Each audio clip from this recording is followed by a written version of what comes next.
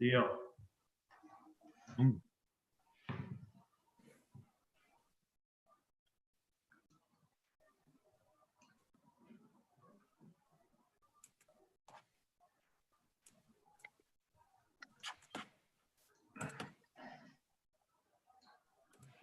Okay, we are live. All right, thank you. So I'd like to welcome everybody to our January trustees meeting. Debbie, you want to go ahead and call us to order? Yes. Mr. Freeman, Here. Mr. Campbellis, Here. and Mr. Kelly. Here. And Alan, would you like to lead us in the pledge? That would be lovely.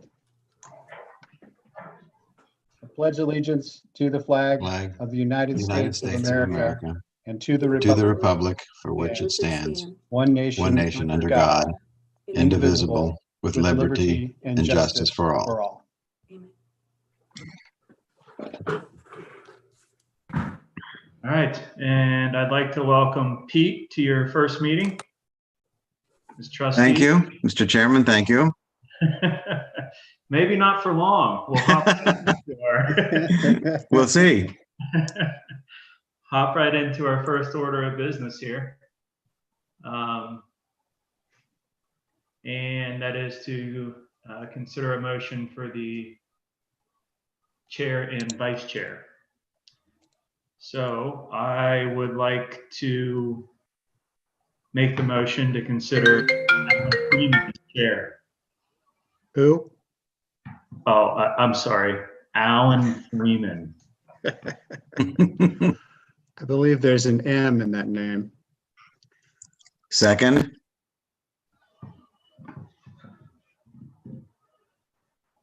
Debbie? Roll call? Well, first, is there any discussion on the matter? True. Let me see here. No hands up. Alan, now give it time. Yeah, right. Debbie's got her hand up. Okay. Any roll call? All right. All right. Mr. Kelly, Here. Mr. Campbellis, Yes. and Mr. Freeman. Yes. Okay. Or should I abstain? I'm not sure which. No, you can okay yourself. Well, having said all that, I would like to make a motion that Mr. Nick Kelly be considered for vice chair of the Pierce Township Board of Trustees. Second that.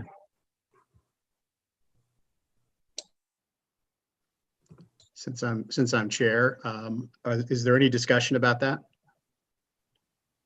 Seeing none, please do the roll call, Debbie. Okay. Mr. Freeman, Yes. Mr. Campbellis, Yes. and Mr. Kelly. Yes. Thank you. All right. Now let's. Alan, now you're jumping right in. Have you done the Zoom meeting yet? I have not done the Zoom meeting thing. The usual disclaimer ritual. I'm going to ask Nick, for old time's sake, to go through the disclaimer, please, Nick. If you could. Well, you'll see the hands up there, and you can call on them and unmute them, or ask to unmute if you'd like to do that yourself. Or if you call on somebody, I'll try to keep an eye on that, and I can help you with that too. So. He's going to have to keep an eye on me because technology is not my friend. Yeah, you just keep scrolling through that participants panel and looking for a hand raised if somebody wants to say something. And it's like, keep doing that, sir. Keep doing that. All right, so moving ahead, we do have approval of minutes. Debbie, you've got quite the collection of minutes here. Yes, I do.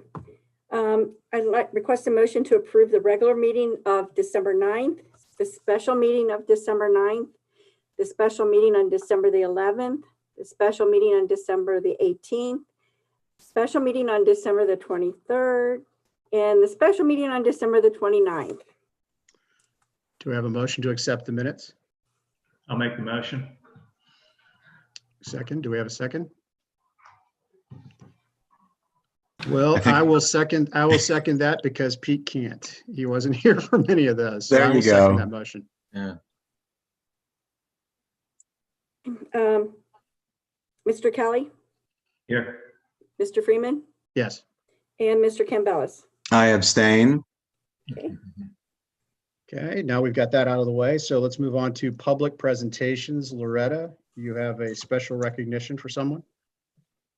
I certainly do. And I have the original here with me. We have a lovely recognition certificate that we want to present, and I will make sure that it goes to his home for Connor McCoy. Appreciation for outstanding work and voluntary service and recognition of his assistance with Pierce Township Amelia Neighborhood Streetlight Project. And I think Eddie can add to our thanks to him for the hours and hours that he spent walking and documenting this actual streetlight inventory in the former village area subdivisions. So we absolutely appreciated that work. It's tedious work. It was really necessary, and the timing was just perfect for us when he volunteered to do a project for us. So Eddie, do you have anything to add to that? Yeah, Connor did a phenomenal job. He went street by street throughout a number of neighborhoods in Amelia, properly inventoried hundreds of street lamps.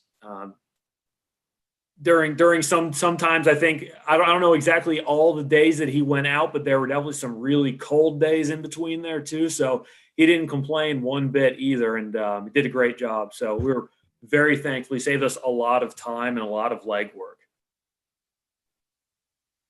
I don't see Absolutely.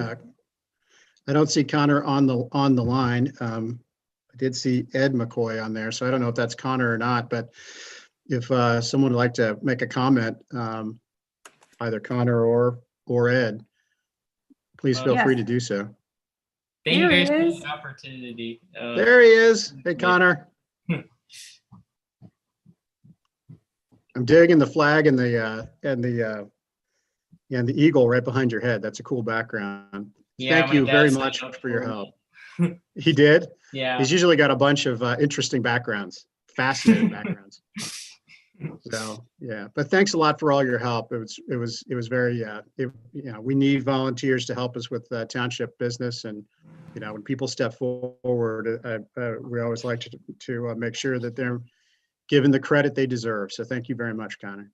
All right. Thank you for the opportunity. Thank you. Good job. Thanks, Connor. We appreciate it, man. It's great going above and beyond like that. I don't know, maybe you can use the certificate somewhere on a resume or something. I'm sure Loretta would be happy to give you a reference too. Yeah, I'm hoping to encourage him to join public service permanently. So Hey, that's a career goal for you right there. take it easy. Is that a good recommendation or not? I'm not sure. Is there anyone else who'd like to comment about Connor's work? If not, let's move on into old business. And first issue up is the Red Tiger Kohler Design Impact Study. So Loretta, I'm going to let you take that away with the assistance of Mr. McCarthy. Yes, well, some of us have a follow-up envisioning meeting to participate in starting at 8 o'clock tomorrow morning. And there were several people who have been interviewed by phone or have completed online surveys. We believe that we've gotten a lot of participation in that way, and we may not have as many of us participating tomorrow, but we'll be seeing what people's feelings are and compiling some information that we'll be ready to share for the public again after that. Eddie, could you speak to that too? Yeah, tomorrow's is the visioning meeting, and hopefully there will be a draft vision kind of produced out of that, which we can then share with the public and collect more comments to just make sure that the final product inevitably reflects the overarching desires of the community, and hopefully a thorough investigation will be able to help us proceed with post-pandemic life in Amelia and also some of the surrounding general Pierce areas that have been studied. So pretty exciting. I've had a chance to sit in on a couple of the business related meetings with a couple of, with one was with a developer and one is a prospective developer in the area. And that went very well. We got a lot of good input, a lot of data was put forward through those meetings. I think it's been very helpful.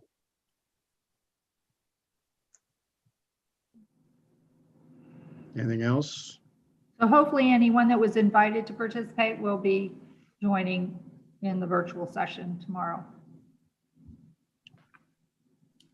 Also, it's just real quick, I forgot to cover this at the beginning, Alan. It's *9 if you're on a phone, and make sure you use the participant panel at the bottom if you want to raise your hand virtually. Stan's there. I'm just checking to see if he's doing it virtually. I don't want to fall behind here and leave somebody out. So, okay. With that, let's move on to the Village of Amelia updates. There was a council meeting last night. So let's jump into that right away. Loretta or Tom, take it away. Do you want me to fill in a little bit, Loretta? Yeah, if you would like to say anything that you have to share, and otherwise I just viewed the agenda and viewed the meeting last night. I didn't view the meeting. I viewed the agenda. I talked to the law director to find out what was going on. The agenda included a reference to an ordinance that they were going to pass to resolve the employee lawsuit, but that was apparently an error. It was not, according to the plan, it was not to be discussed last night.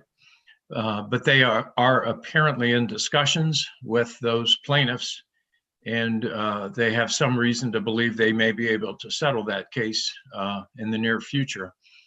They have not involved us at all. In fact, we were originally brought into that interpleader lawsuit because we were going to be receiving the money at the end of the line along with Batavia Township.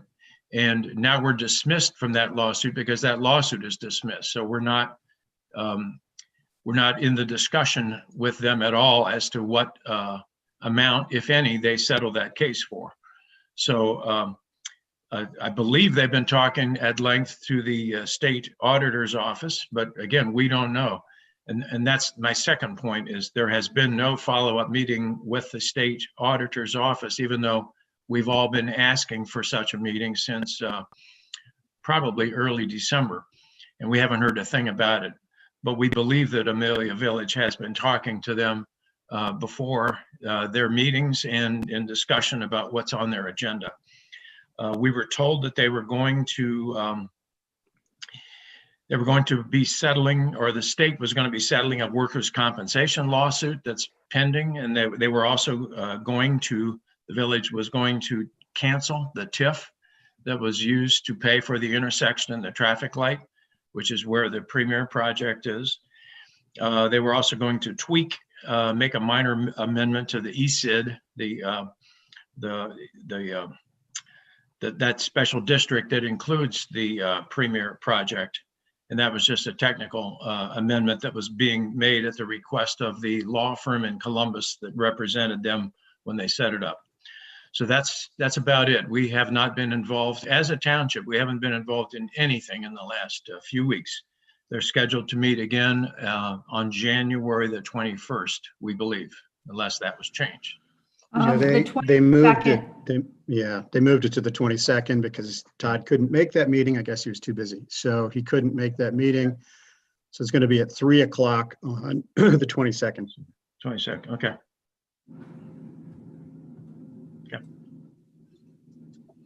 And I don't really have anything else to add to that other than our continuing work. I'm in conversation with Adele Evans at Batavia Township regarding the vacant properties. We are going to be talking about them with a commercial real estate broker and viewing those sites based upon the appraisals that we had worked with them on, and see where to go from here on that. We do have the auction items that are up that will close the auction tomorrow at 4 o'clock. So I think we have 3 items that were former Amelia police and fire related vehicles, or I guess they were all police vehicles for them, that are somewhere over $5,000 bidding right now, that just hadn't been handled in that first auction, as well as then separately, we have our own auction items that are being sold at this time. So after the close of business tomorrow, we will have those items disposed of as well. The other major work continues to be the street lighting petition process. I'll be calling our law director probably again tomorrow, just to walk through again the math and the numbers, because we have over 500 parcels in the Sedona Ridge subdivision, and we're trying to work through that as an example of the cost of the streetlights that we still haven't gotten confirmation, but we have had at least one meeting with Duke Energy representatives to see what it cost per month per light. And right now our estimate's anywhere between $12 and $15, I'll say, per month per light, times the number of lights, divided by the number of parcels or the number of addresses or the number of frontage. That's where we have to refine the math. But I would suspect that it's less than $40 per year per homeowner address by the time the math is done, as a first example. And we may end up with more than one petition, because we may need to look at these subdivisions separately, because as they were built different times and different ages, there may or may not be a difference in the costs of the lights in those areas. If it's homogeneous, perhaps they be lumped together. These are decisions that we're still trying to make. Then I'm also getting the cost estimates for the pieces, and I realize there's probably one additional piece to be added to a direct mailing that I'm asking you to approve for me to proceed with, because this is all unusual. Usually these petitions are initiated entirely at the grassroots level by the residents or the developer, most likely, in a new subdivision situation being built. But for us in this circumstance, we are facilitating the petition process. Under the COVID situation, I'm asking you to allow me or direct me to do a direct mailing. So we would have the petition inserted in an envelope along with the cover letter. And I believe we'll have to add a map and a parcel list. There's something called a legal description that's on that petition. And I need the law director to help me clarify what's going to meet the criteria for that legal description or illustration of the area involved. So we have to have some more conversations about all of those pieces before I can finish the mailing. But I'm hopeful that if you give me the authorization to spend the money to initiate the mailing, that I can get the final pieces together between Addie and myself and the law director, be able to actually launch a mailing sometime in the next couple of weeks. And we also have to determine the length of time we give before we close the request for receipt of the petitions. We want to give it ample time, but we also need to move as quickly as we can. So I would ask our law director to provide any other helpful insights that you have today on all that information. I'll give a couple quick responses. I think as far as the legal description that's necessary, I think regular, normal English language will probably work rather than a meets and bounds legal description, as long as the people can understand it. And that's what people understand. You know, you start at the corner of Street A and go down the west edge of that street and turn right. You know, normal words I think will suffice, because if you had to do a legal description, it would take at least another month to prepare it, and we don't have that. Second thing is, I don't think there's ever been a township, at least I've never been aware of a township that's ever done a petition like this. So we are creating this as we go along by using the law that we found. I have drafted the petition at least 3 times. It's now in what I think is a pretty good shape. But yeah, we do need a dollar amount to go in there. And until Duke gives it to us, we could put a range, like Loretta just said. She gave a dollar range from A to B, but I think Loretta would prefer to be closer to an exact amount that the person would pay. And we would specify it as a yearly amount because it would be paid twice a year with their taxes. So I think that's the way we would do it. So yeah, I think we're ready to go if the trustees are, and each petition would be individual. It's not one petition with 25 signatures like you officials are used to signing when you run for office. It's a single petition for the owners of that particular lot, and that makes it a lot easier to mail to the people.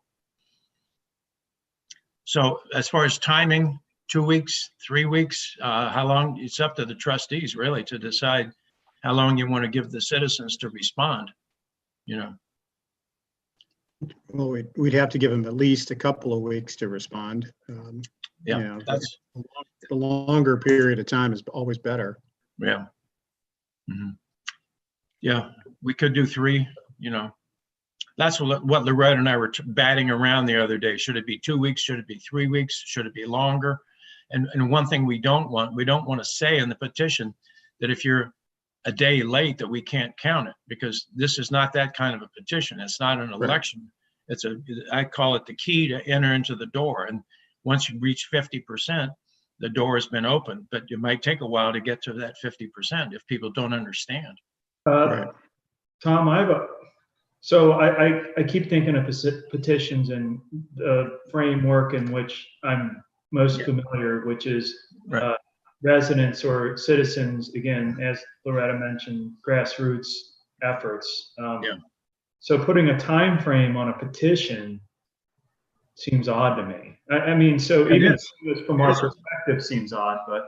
It is. Well, imagine you're running for trustee and you circulate petitions. You have a deadline. That's an absolute deadline that you have to follow in order to secure your signatures, but you may not have that written on your petition anywhere, but the person who signs is also going to date it.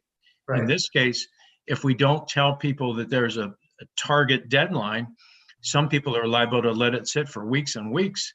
And go ahead. Yeah, no, I'm not necessarily advocating against the deadline. The instance, which is rare, is the fact that we're the ones laying the deadline and the ones circulating the petition. Yes. Which is odd. That's the part that's odd to me.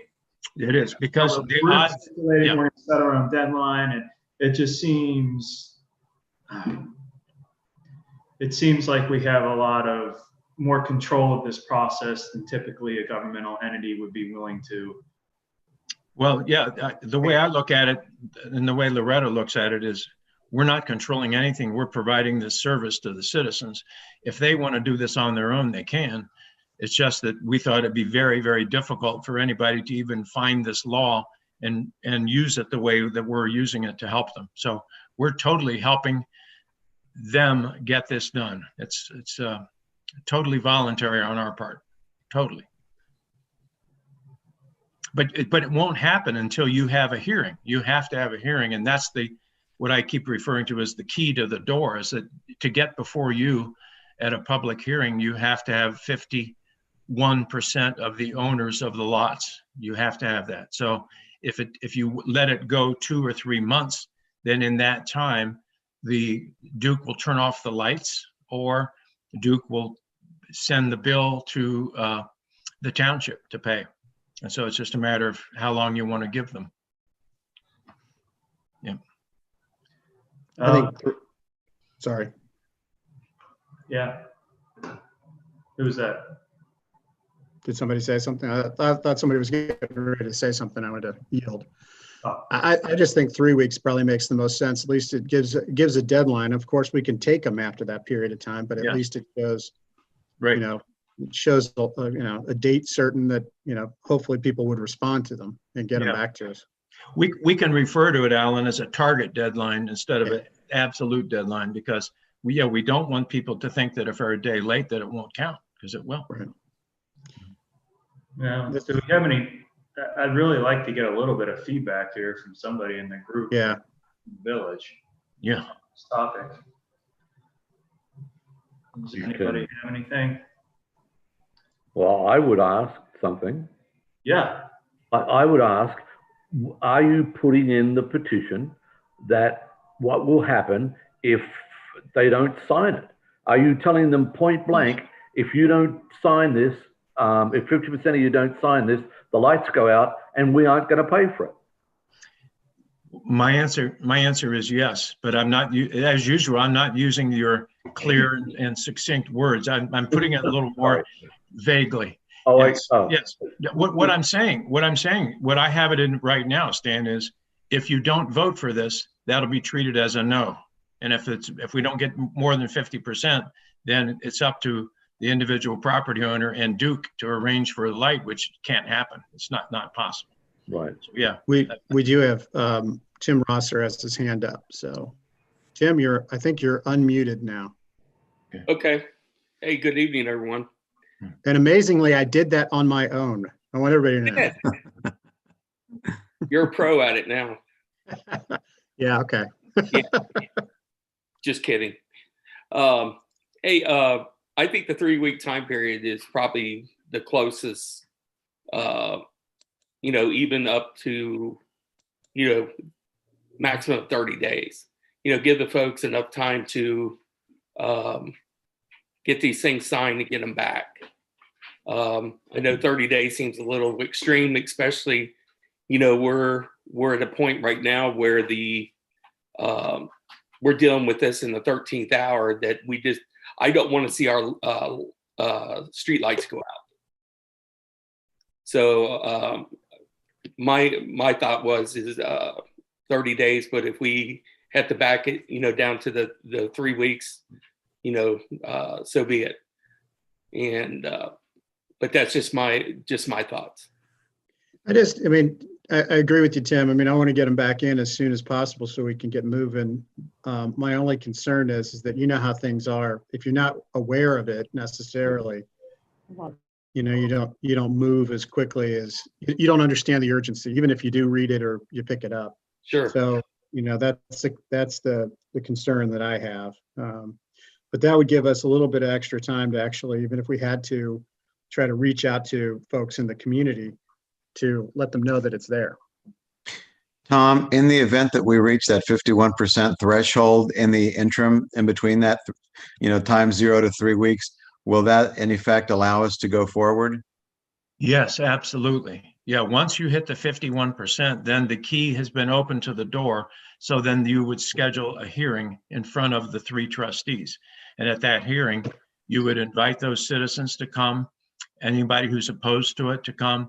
And by that time, hopefully there's a very clear cost estimate from Duke, because if you're voting on this as a trustee, you need to know what the dollar amount is. That's critical at that time.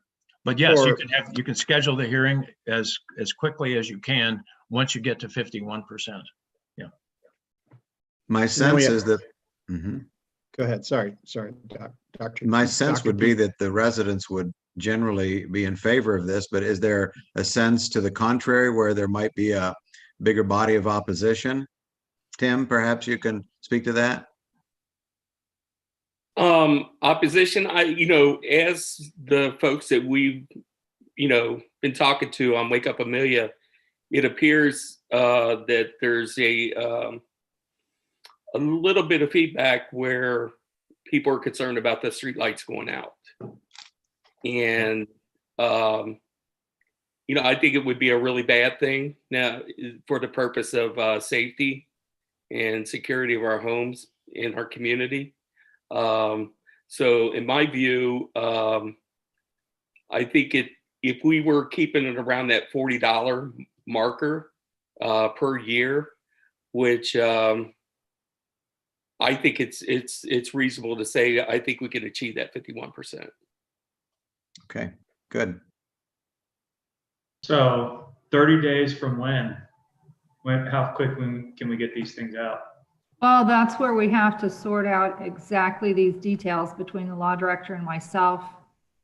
And then I think that the printer can turn around the materials in about a week once we identify all the pieces.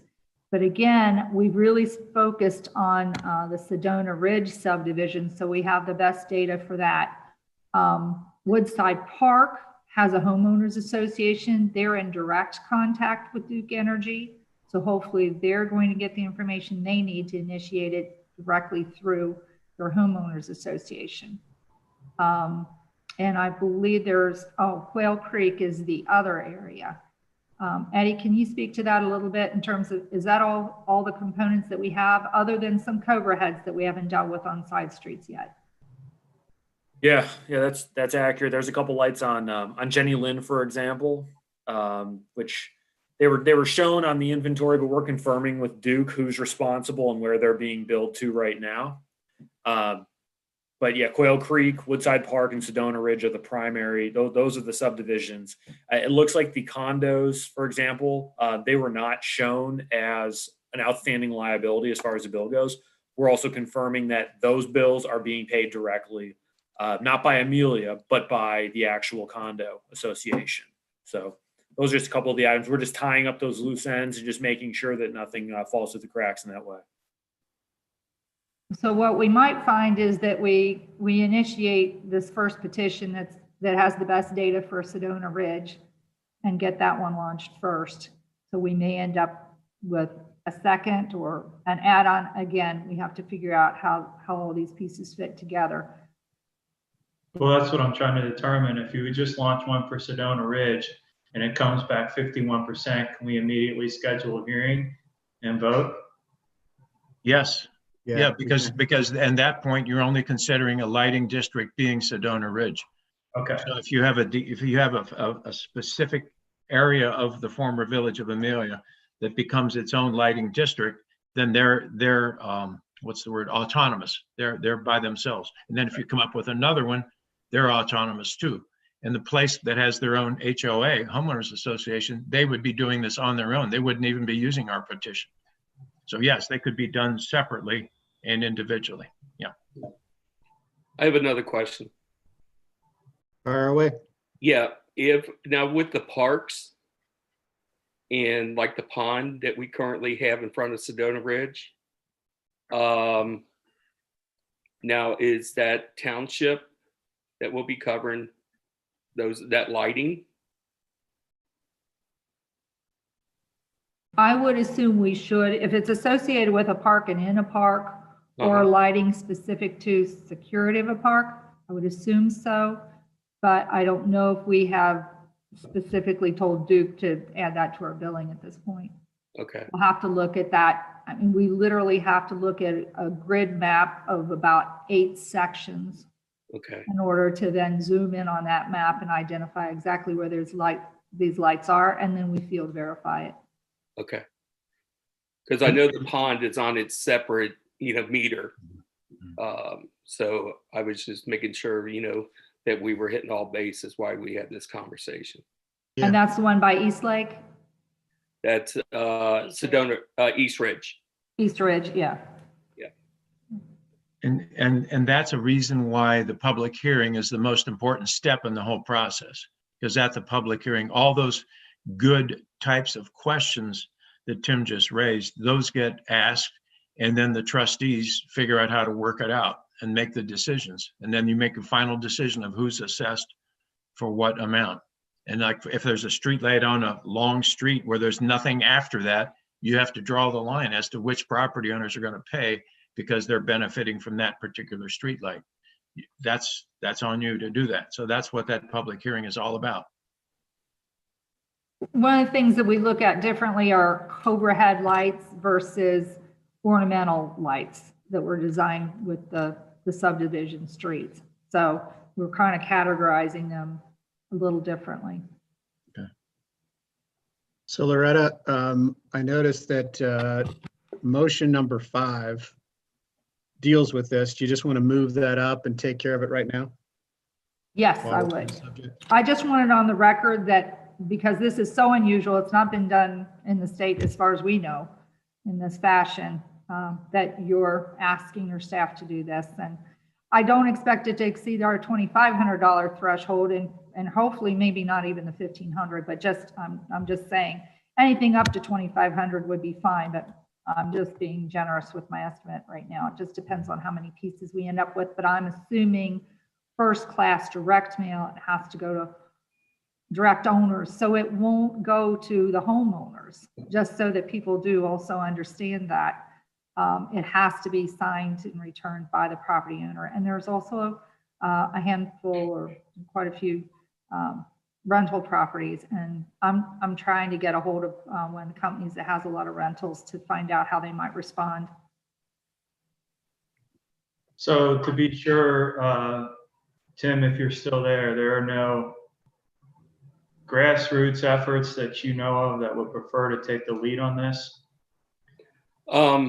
As of right now, there's not, because it was on my agenda to bring the topic up tonight about the lighting. If it, if it was not brought up, as an update tonight. As of right now, no. But we can, research it out and see if, but I just don't see with the COVID right now, many folks stepping up. Well, yeah, I mean, you may want to leverage us. We can shoulder some of the cost burden of this and get this thing out and do the heavy lifting on that end. That's what I'm trying to just determine and make sure if we're going to do that, that it's not poorly received by a group that may prefer to do it themselves. Right. At this point, Nick, I don't believe so. All right. Okay, Loretta, do you want to read your Yes. motion here? I Fire away. request a motion to authorize the direct mailing of a petition for street lighting district or districts in the former village of Amelia. So moved. Do we have a second? I'll second. Who made the Any further motion? dis- I'm sorry. Who Uh, moved? I'm I sorry. did. I did. Who? Pete moved. I did. and, Nick seconded. Okay. Any further discussion? Oh, let me add one thing that I want to just make sure everybody heard. The one thing that Loretta said is that it's signed by the owners, not the renters. So if there's a company that owns 20 homes, that would be like getting 20 signatures to get that company to sign, because they'd be signing on behalf of all 20 homes that they own. So that would, as far as the citizens of Amelia, that's to their benefit to get that company to sign on behalf of all 20. And companies are leery of doing that because they think somebody who's their tenant might feel that they're helping to raise taxes or something, and it might be misconstrued, but it's not. It's to help the citizens keep the service that they're getting. So. Loretta, are we able to target some of those multiple homeowners pretty effectively or not? Well, I've sent an email to American Homes for Rent. They have about 35, 36 properties. And I just got a phone number. I have one or two phone numbers, and I'm going to follow up with those phone numbers this week. But I haven't gotten a response from anyone yet on the emails. Okay. So Tom, to be sure, intuitively, people think vote, they think one vote per person. This is one vote per parcel. Correct. Correct. If you own 10 parcels, vote once and it's 10 votes. So, and that's why the petition has the addresses on it of the homes they own. And that's why the petition is clear that it says it's to be signed by owners only. So yeah, it's pretty important. Owners only. Okay, so we have a motion and we have a second. And let's close the discussion. Let's go ahead and call the roll, Debbie. Okay, Mr. Campbell, Aye.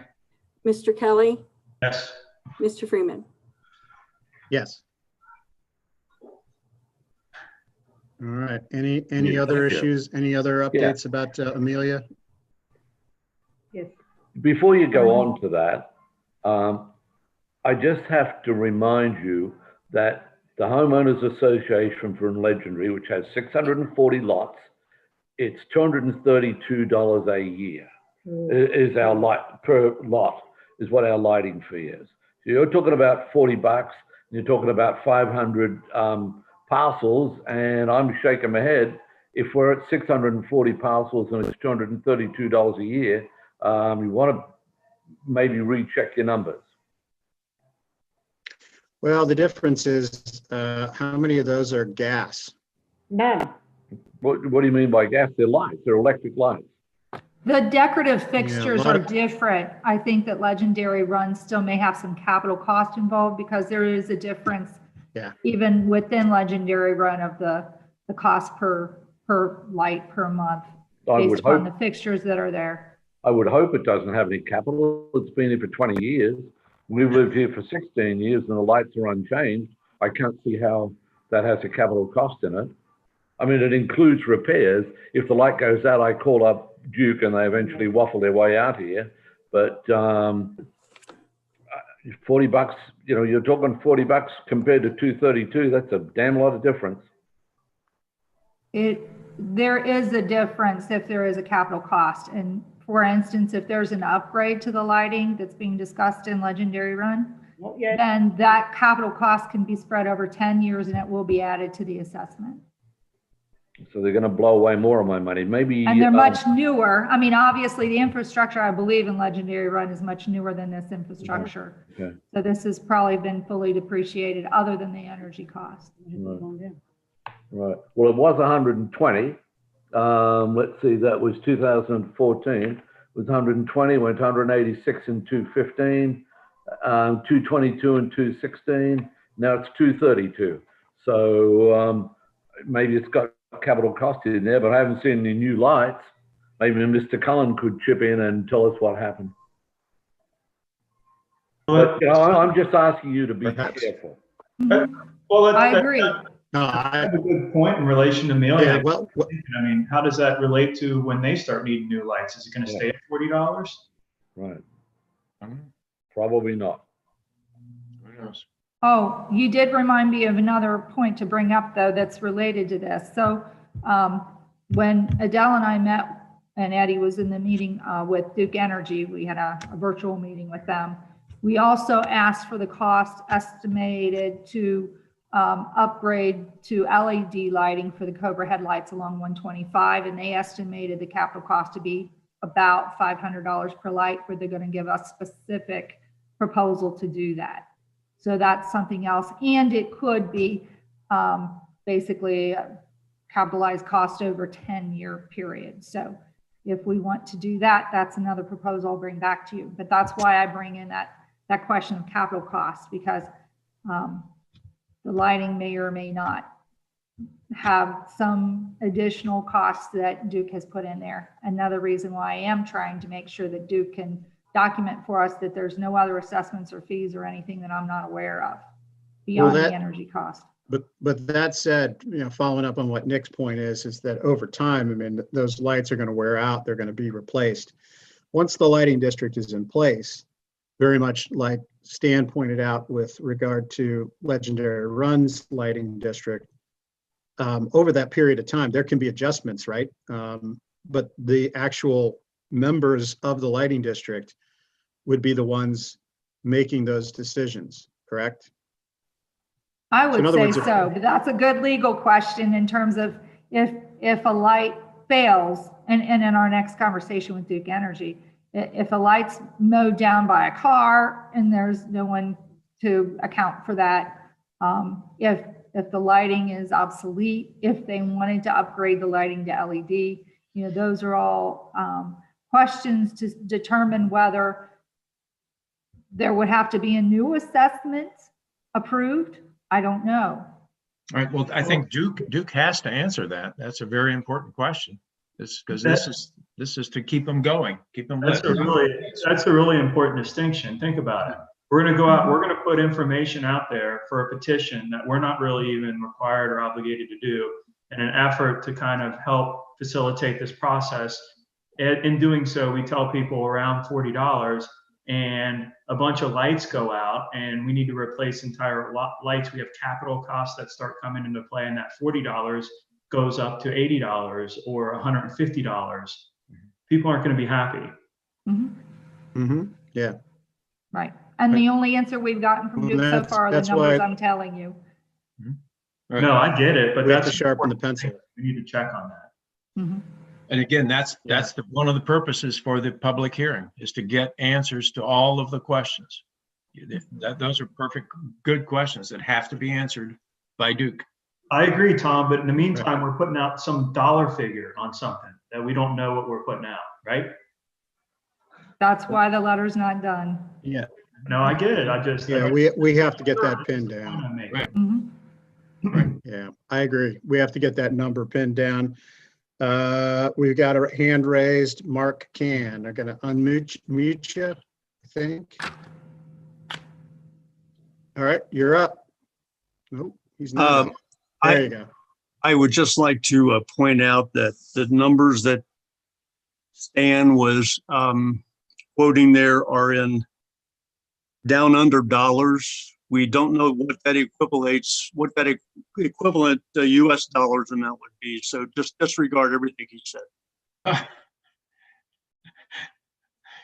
Yeah, okay, well, are they stronger or weaker than the USD? I don't know. Yeah, I don't know right about now. Okay. Anything else on that subject?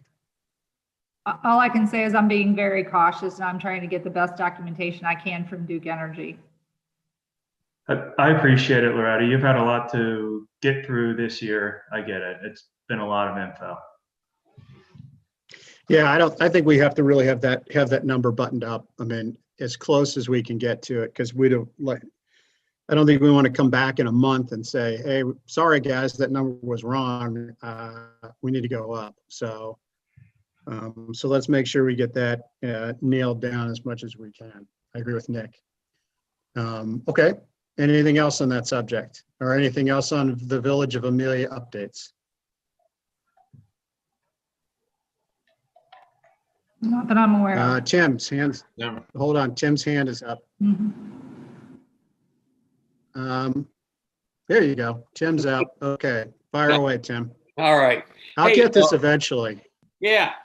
Hey, for those who watched the council meeting for Amelia Village last evening, It was, and I must say, it was must-see TV. I got to tell you. absolutely. Absolutely. But anyway, Bill Gilpin gave a real accurate report based on once the intersection's paid off, we're going to be about 2.2 million in our funds. Now, and I was glad because I was about ready. I had a records request going to him, but he did explain it. The only two other bills, major bills to be paid, will be the Kroger TIF that values about $250,000, and the employee suit. We'll just call it $500,000. If they pay the full amount. So, we're going to get that. If that money is paid, we're going to be at 1.5. And he's foreseeing, unless something else comes up, that will be the bottom line dollar that after all debts are paid.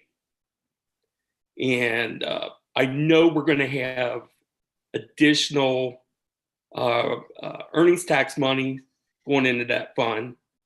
Probably, I would say in the next 60 days. And also, probably by March, the taxes, property tax dollars is going to go in that fund.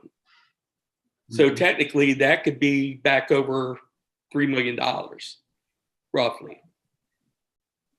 If that money, pretty much sticks at that dollar amount, my questions for the trustees are, let's just use $3 million as if it was going to be a close number, and Pierce is going to get 65% of $3 million. Can you tell me what your plans are for the usage of that money?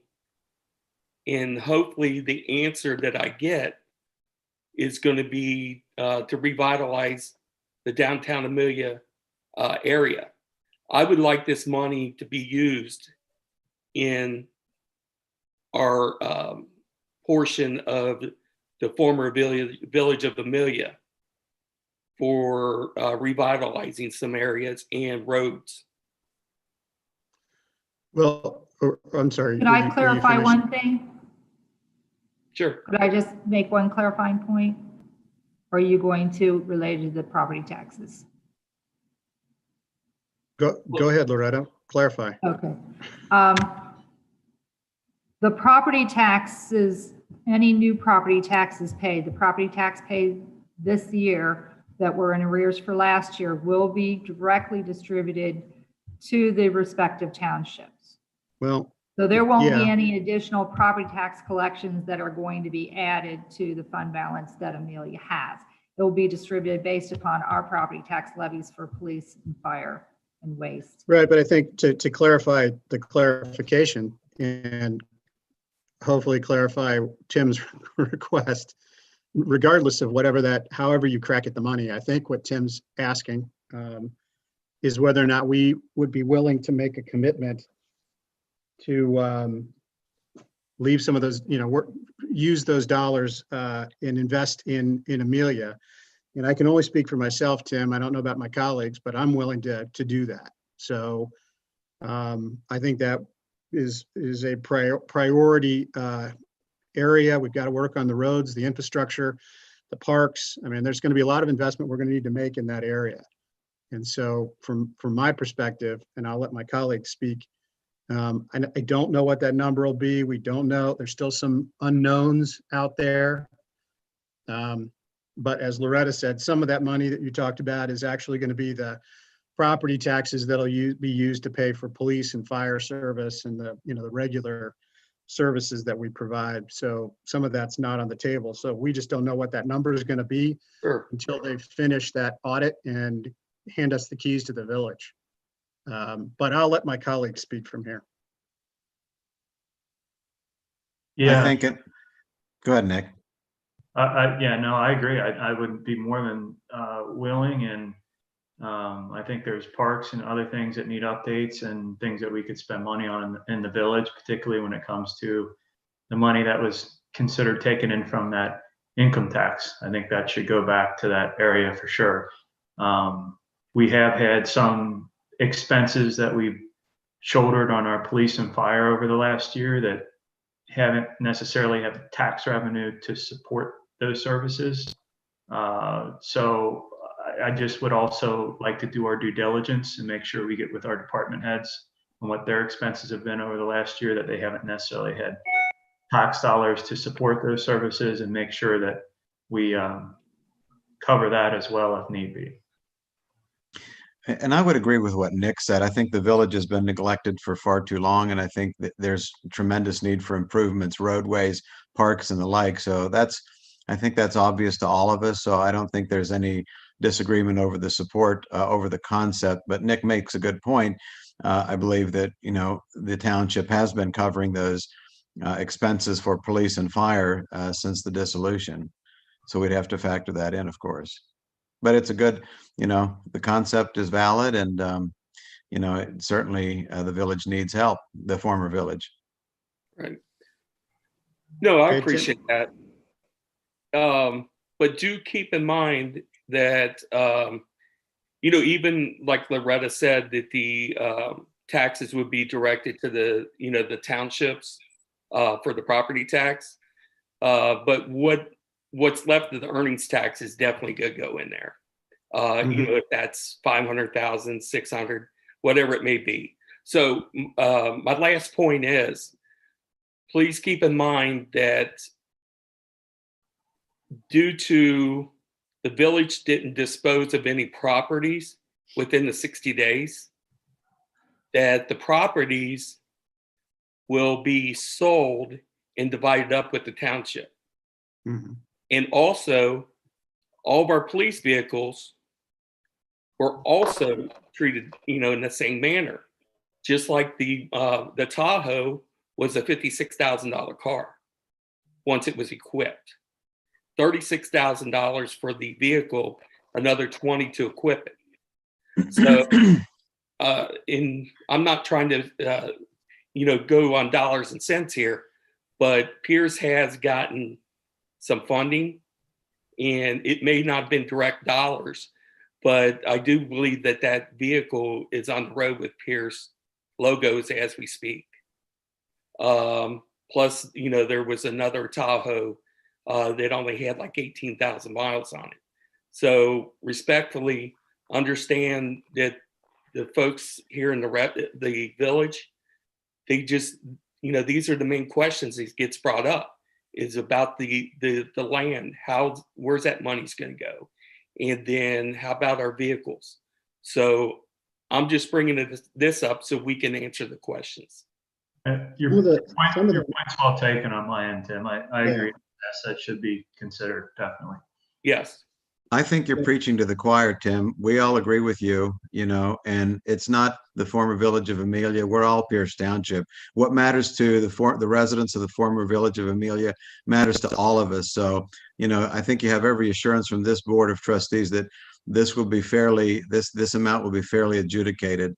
And I think you'll be pleased with the end result. I'm very confident in that, Tim. Okay. Well, we appreciate that. Kim, we've also got Renee on the line, so let's let, I feel like I'm a talk show host, radio talk show host. We got Renee Gerber's on the line, calling in from Amelia. Renee, you're on the line. Go ahead, Renee. Oh, God. So I just wanted to clarify what you said about the arrearage, that the property taxes that we paid, the village paid in 2020, is now going to be taxed at the rate of Pierce? Is that what I understood you to say? The levies for each township were assessed in arrears for 2020, and we will begin to receive settlement payments in 2021. So the fiscal officer could probably answer this question better than I can, but she won't receive any revenues from those property tax settlement payments until March or April. February or March, or Right. yeah, Right. twice a year we'd receive those, and those are the revenues that are based on our levies and are restricted to the funds that those levies are to be provided to. I think that I'm not quite sure what happens with the inside millage. I don't recall, but I believe that she's the one who receives the estimates of resources from the county. Okay, so on those levies, does that include the trash levy? Yes. Yes. Then we are paying for trash twice. I know we've had this conversation. All I can say is even when a levy is initiated, so if there was no levy and a community begins a levy, there are no funds to enter a contract to start providing services until there's collection. So we would not have had any money other than the levy money that was paid by residents prior that were paying our waste levy in order to cover the cost of adding 1,100 units from Amelia day one in January.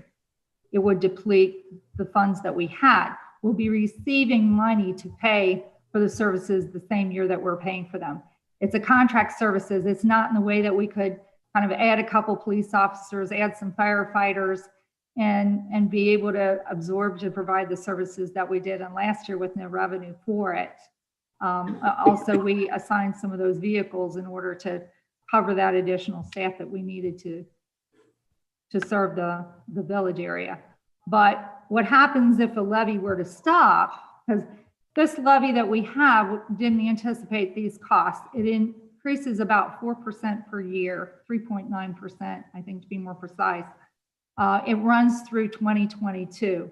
So we already knew before Amelia came into providing services, which normally, you add a few units a year. We've added 1,100 starting January. That are right. Our funds.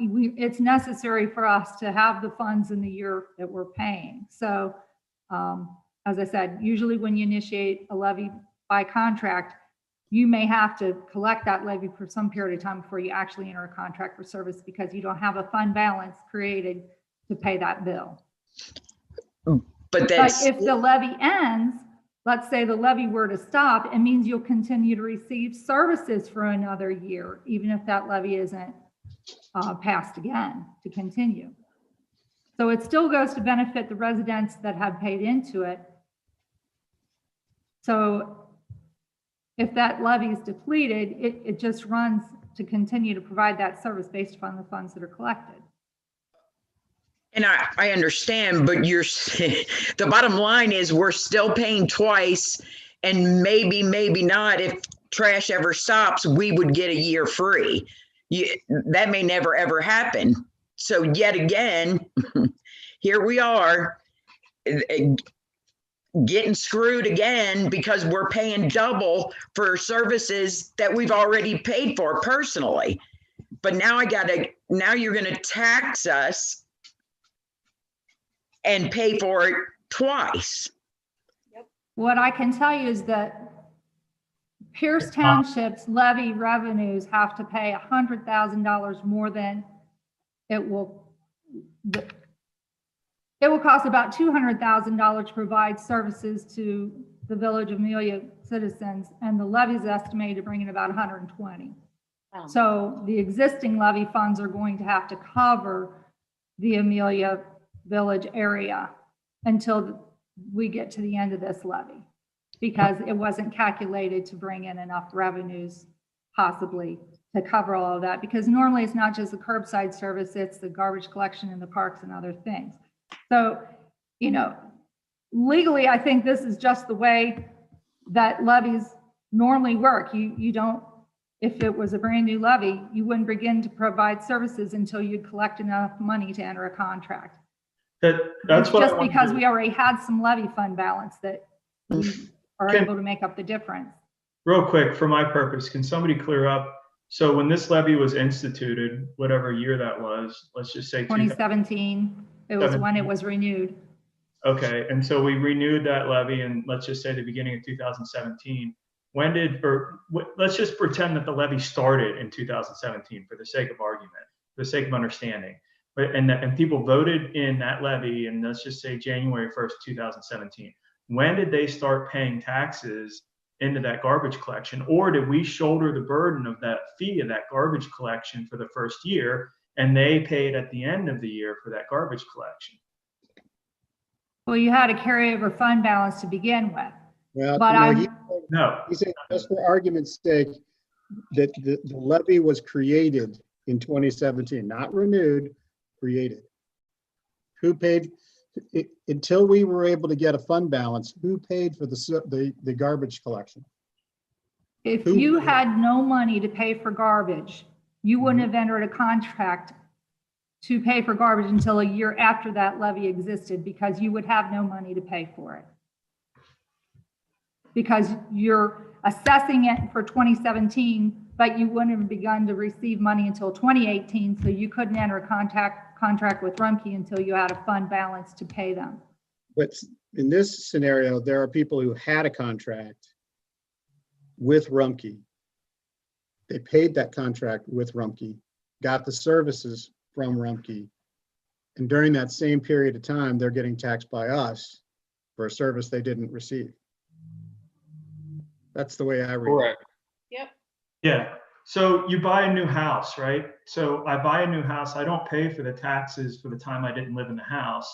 I pay for the taxes thereafter. And Tom maybe could speak to this, but like if I buy one halfway through the year, when I buy the house at that point, at the end of the year, I pay for that 6 months prior for when I own the house for that half. And the seller pays for the time before that they own the house tax wise, right? Well, it's yes, you're right. The first half of a year isn't billed until the next year. So the fact right now that today in January of 2021, nobody's paying real estate tax on this until next year. And then that's what Loretta's saying. When you initiate a levy starting on a certain day, the levy isn't collected until a year. That's the same with your real estate taxes. They're 6 months in arrears, but it's 6 months after that 6 months are over. My whole train of thought is that maybe Renee has a point. So you're paying for the entire year. Well, maybe, The maybe. point is she's paying twice, yeah. Don't let it go to her head. But in order to determine if Renee has a point, we need to determine what happened on year one, I think, and I'm still not clear on that. So did Pierce Township shoulder the burden of those garbage fees on year one all throughout year one, and then got green back up at the end of year one through tax dollars? Or did the tax dollars come at the beginning of year one? No, the tax dollars came a year after the levy would have been initiated. If it was a brand new levy, you would have no money in your bank until a year after the levy had been passed. I got you. Okay.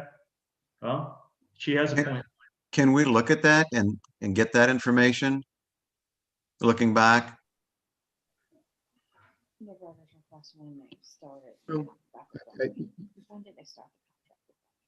We still have no money until the first settlement payment comes to the fiscal office from the county. I mean, we've received no funds. Right. But you didn't, to go back to the point, you didn't give us that service. We paid for that service. Because we had no money to pay for it. That means that those residents who had already paid into our waste levy would be paying for all of it, and the funds would be depleted much faster without additional levy revenues to cover the additional units. So if somebody bought a house on December 28th, 2020, would they have to pay that whole previous year in garbage tax levies? Every property in Pierce, whether it's occupied with a house or not, has been paying the levy. I understand that, but the previous owner would have paid that levy. They would pay that levy, not the new owner. Yes. I'm just trying to make good. This is an unusual circumstance. I mean, if you think it's unfair or unjust, then I mean, it means that you'd have to treat the waste levy different than every other levy that applied to their land. But if there had not been sufficient fund balance, they wanted to accept, $16 or $15 a month times 1,100 units added to your contract, then you'd have to take it out of the general fund. That's your other option. Not necessarily. Well, it's not like the other ones, because the other ones, they were paying in the rears too. This one, they were paying current and then paying in the rears. So it's different than police or fire or roads, because they were paying all that stuff in the rears in 2020. And this one, they were paying current to Duke because it wasn't a levy. So they do kind of have a point that it is different, because they were paying current garbage fees for that year. And then at the end of the year, boom, they get triggered to pay the previous year again. I'm not necessarily arguing what we have to do or not do, or what's applicable in this situation necessarily, but the fact that there is a point to that concept. Well, I'm not sure we're going to get to the bottom of this tonight. So if I could propose a recommendation. Loretta, you and I and Debbie had talked about holding a special meeting to discuss the budget. Why don't we put that on that agenda? And before we leave here tonight, let's pick a date to hold that, get that special work session together to start laying that out. And perhaps we can come up with, in the meantime, some recommendations on that subject. Renee? Yeah. All right. Yeah. Sure. I mean, is this going to be after the fact of the collection of the taxes, though? And if that's the issue, how are we going to get that tax money back? Because this is going to be a big issue. If people find out they're going to get taxed for something they've already paid for, I'm just tired of this. I'm tired of the whole damn thing, to be completely honest with you.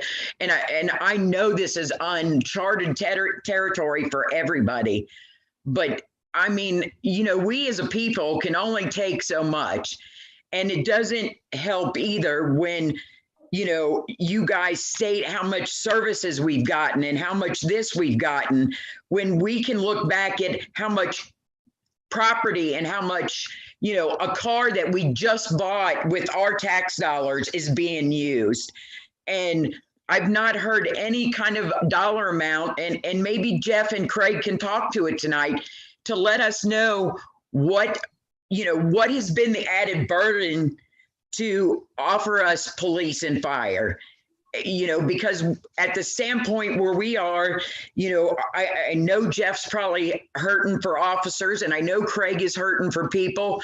So what is the dollar amount that we should, you know, be sad that you all have had to take up that initiative? Because it shouldn't be addressed to us as residents. It should be addressed to those who have created this problem, and it is not us.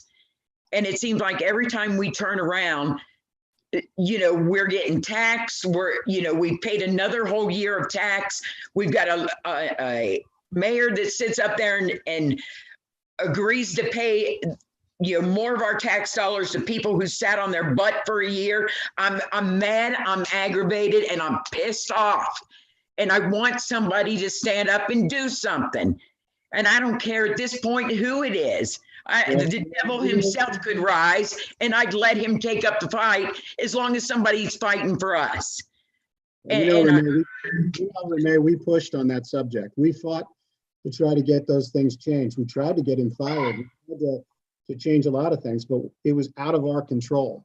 Now, as far as, you know, the amount that it costs us to do the services in Amelia, that's what we're doing. That's what we're required to do. So that's what we're doing. So, you know, when we talk about this garbage levy, I understand you're frustrated, but we're going to try to find a solution to that problem, and as quickly as possible. These aren't pieces that fit together just as perfect as you want, because this is, again, like you said, it's never been done. So, you know, all we can do is try to pick through this in the most equitable way possible. And you heard from the 3 trustees tonight. We agree you have a point. And we want to try to fight to get to find that solution that's gonna be equitable for the people of Amelia, you know, the new residents of Pierce Township. So we're trying to pull all those pieces together with the lighting districts and everything else. What you got to remember is that you're taking a township and you're merging it with a village. And those are 2 very different types of government. Loretta, who used to be an administrator in 2 cities, you know, she'll attest there's a very big difference between how a township runs and how a village runs or a city runs. And we're trying to retrofit that to make it work. And I understand, and I'm sympathetic to your frustration. I do, I get it. But just know we're trying to make all this work. We're trying to make it equitable and fair for everybody and to move forward. We're talking about improvements to the parks. We're talking about improvements to the roads. We're talking about making those investments. But that's the stuff that you know, the townships are required to do. We're basically just talking about doing our job, and that's it. Right. So, and you know, you see where the situation we're coming out of, and you know, forgive us if it's hard to believe what our representatives are going to say and do, because that's never been done. And I get you.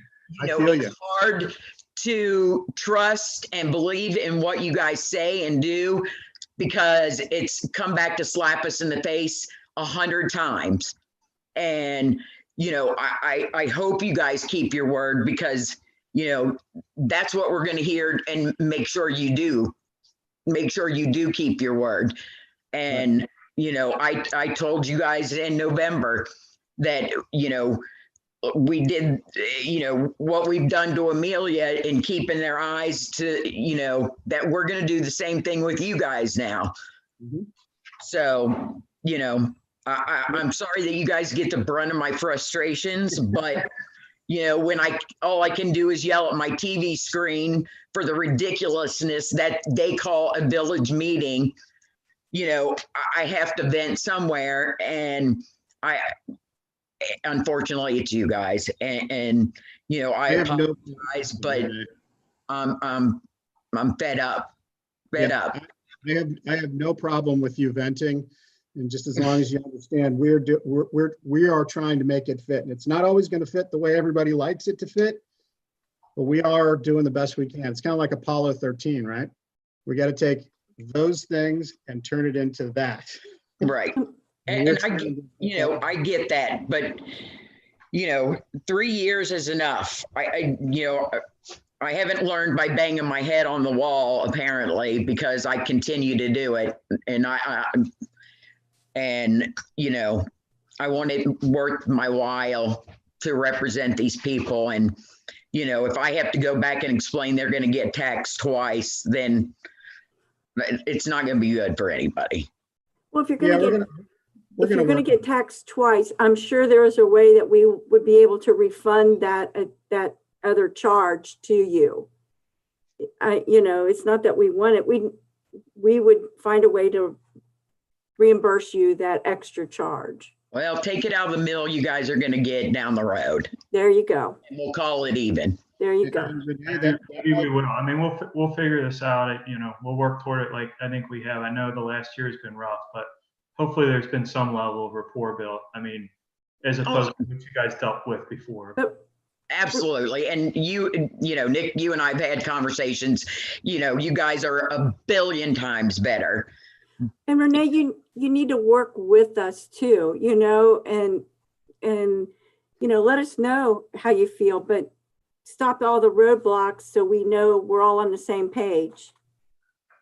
Well, I don't believe we've set up any roadblocks to block you guys from doing anything. If anything, we've been your mouthpiece on Wake Up. I'm thinking of in the beginning with, trying to get the village settled, but then, the lawsuits and everything. That was not, that wasn't us. That was the village, Debbie.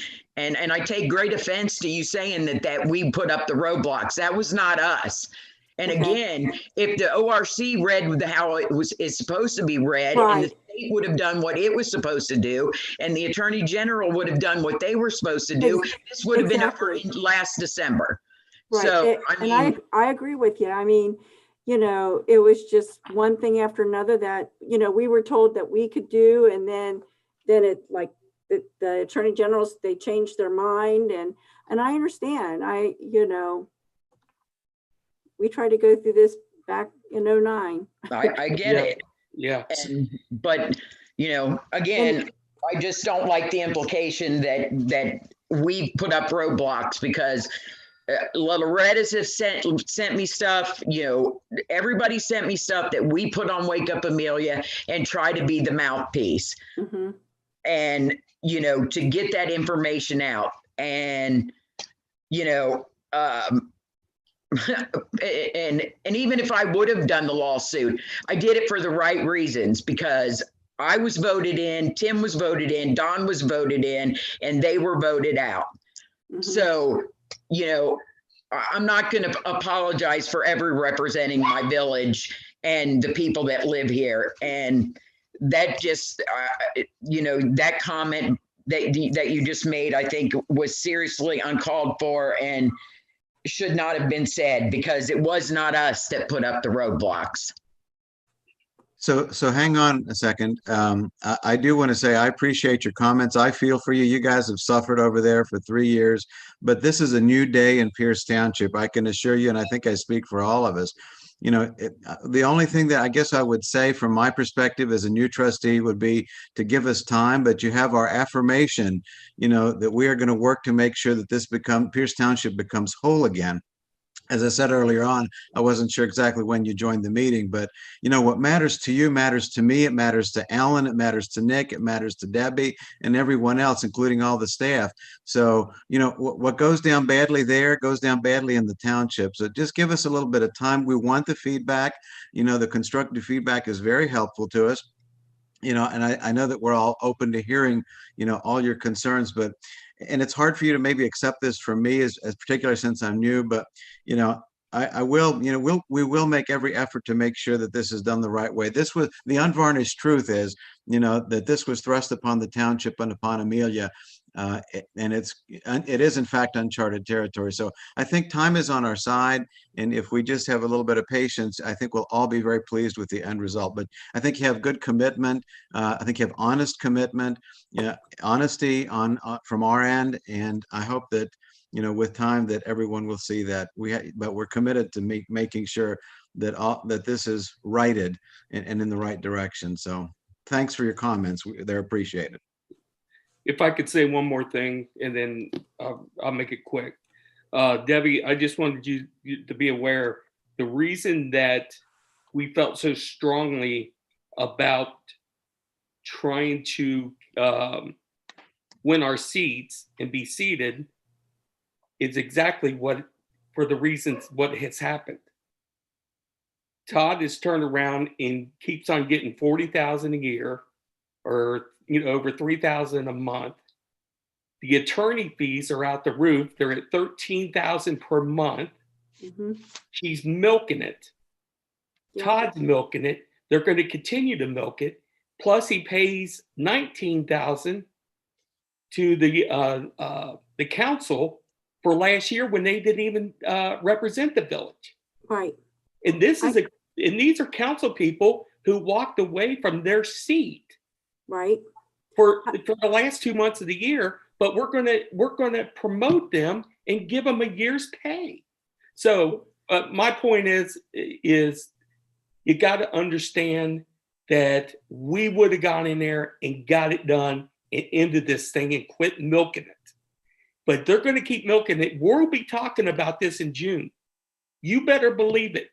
Kathy Ryan and Todd has a plan to milk this as far as they can. I hope not.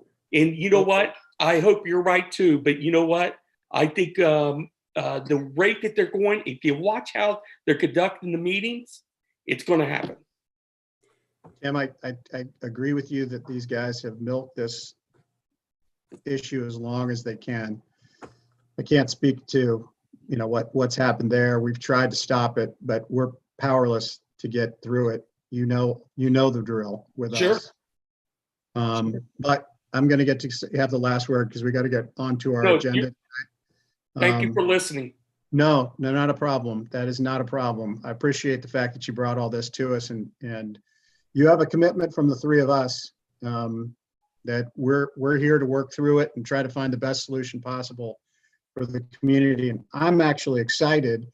I get to see some of the stuff that's going on with this COVID study with Kohler and Red Tiger. And I'm just, I'm excited because I'm seeing, interest from developers and from the business community in that corridor. And I think there's a lot of really positive things that are going to be coming down the road in the very near future for Amelia and for Pierce. And so I'm excited. And I think, we've got these challenges, but I think we put our mind to it and we work together. And I think it's proven we can solve them, and we do. So you've got our commitment that we're a teammate and we're here to listen. Thank you. So, all right, let's, if it's okay, I'd like to move on to our new business. Unless Loretta, you've got something else you need to add, or Debbie, you'd like to add, or Nick, or Dr. Cambelis. Can I add one? I want to add one thing. Oh, you're the lawyer. Shut up. No. He's milking it. Yeah, there you go. There's one of the guys milking it right there. I'll talk quick. I think that I want to make sure everybody knows that since the dissolution of Amelia was initiated, every single decision that the Pierce Township trustees have made and every action they've taken have been only for the best interest of Amelia, and every single decision have been the fairest decision they could possibly make. So if there's a new issue that comes up concerning overpaying for waste levies, the Pierce Township trustees will make the best and fairest decision on how to make it fair. They've done it every single time. That's it. Thank you. Thanks, Tom. Thanks, Tom. Having said that, let's move into new business. Fiscal Officer Debbie Schweid, take it away. I request a motion for approval of the payment of the payroll for the month of December 2020 in the amount of $426,201.18. Do I have a motion? Moved. Do I have a second? Who did the? Pete.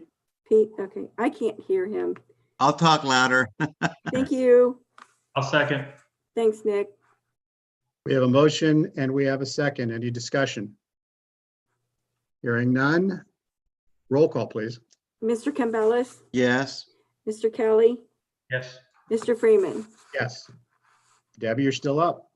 I request a motion for approval of the payment of the bills for the month of December 2020 in the amount of $535,397.46. Do we have a motion? So moved. I'm on a roll. There you go. Second. We have a motion. We have a second. Any further discussion? Hearing none. Roll call, please. Mr. Campbell. Yes. Mr. Kelly. Yes. Mr. Freeman. Yes. Be Are you sure about that? I am sure tonight. Okay. All right. Number 3, it's Administrator Loretta Roque. You're up. Yes, it's time to ask for a motion to approve the payment of membership dues for the 2021 membership in the Clermont County Township Association to include the Ohio Township Association. Do we have anybody in the audience that would like to speak to that subject? I'm looking. Perhaps she left a little bit ago. I saw Bonnie. There it is. B. Bachelor. Would you like to say anything? Nope. Is she Guess unmuted? I'm going to unmute her. You can only, there she is. Are you there?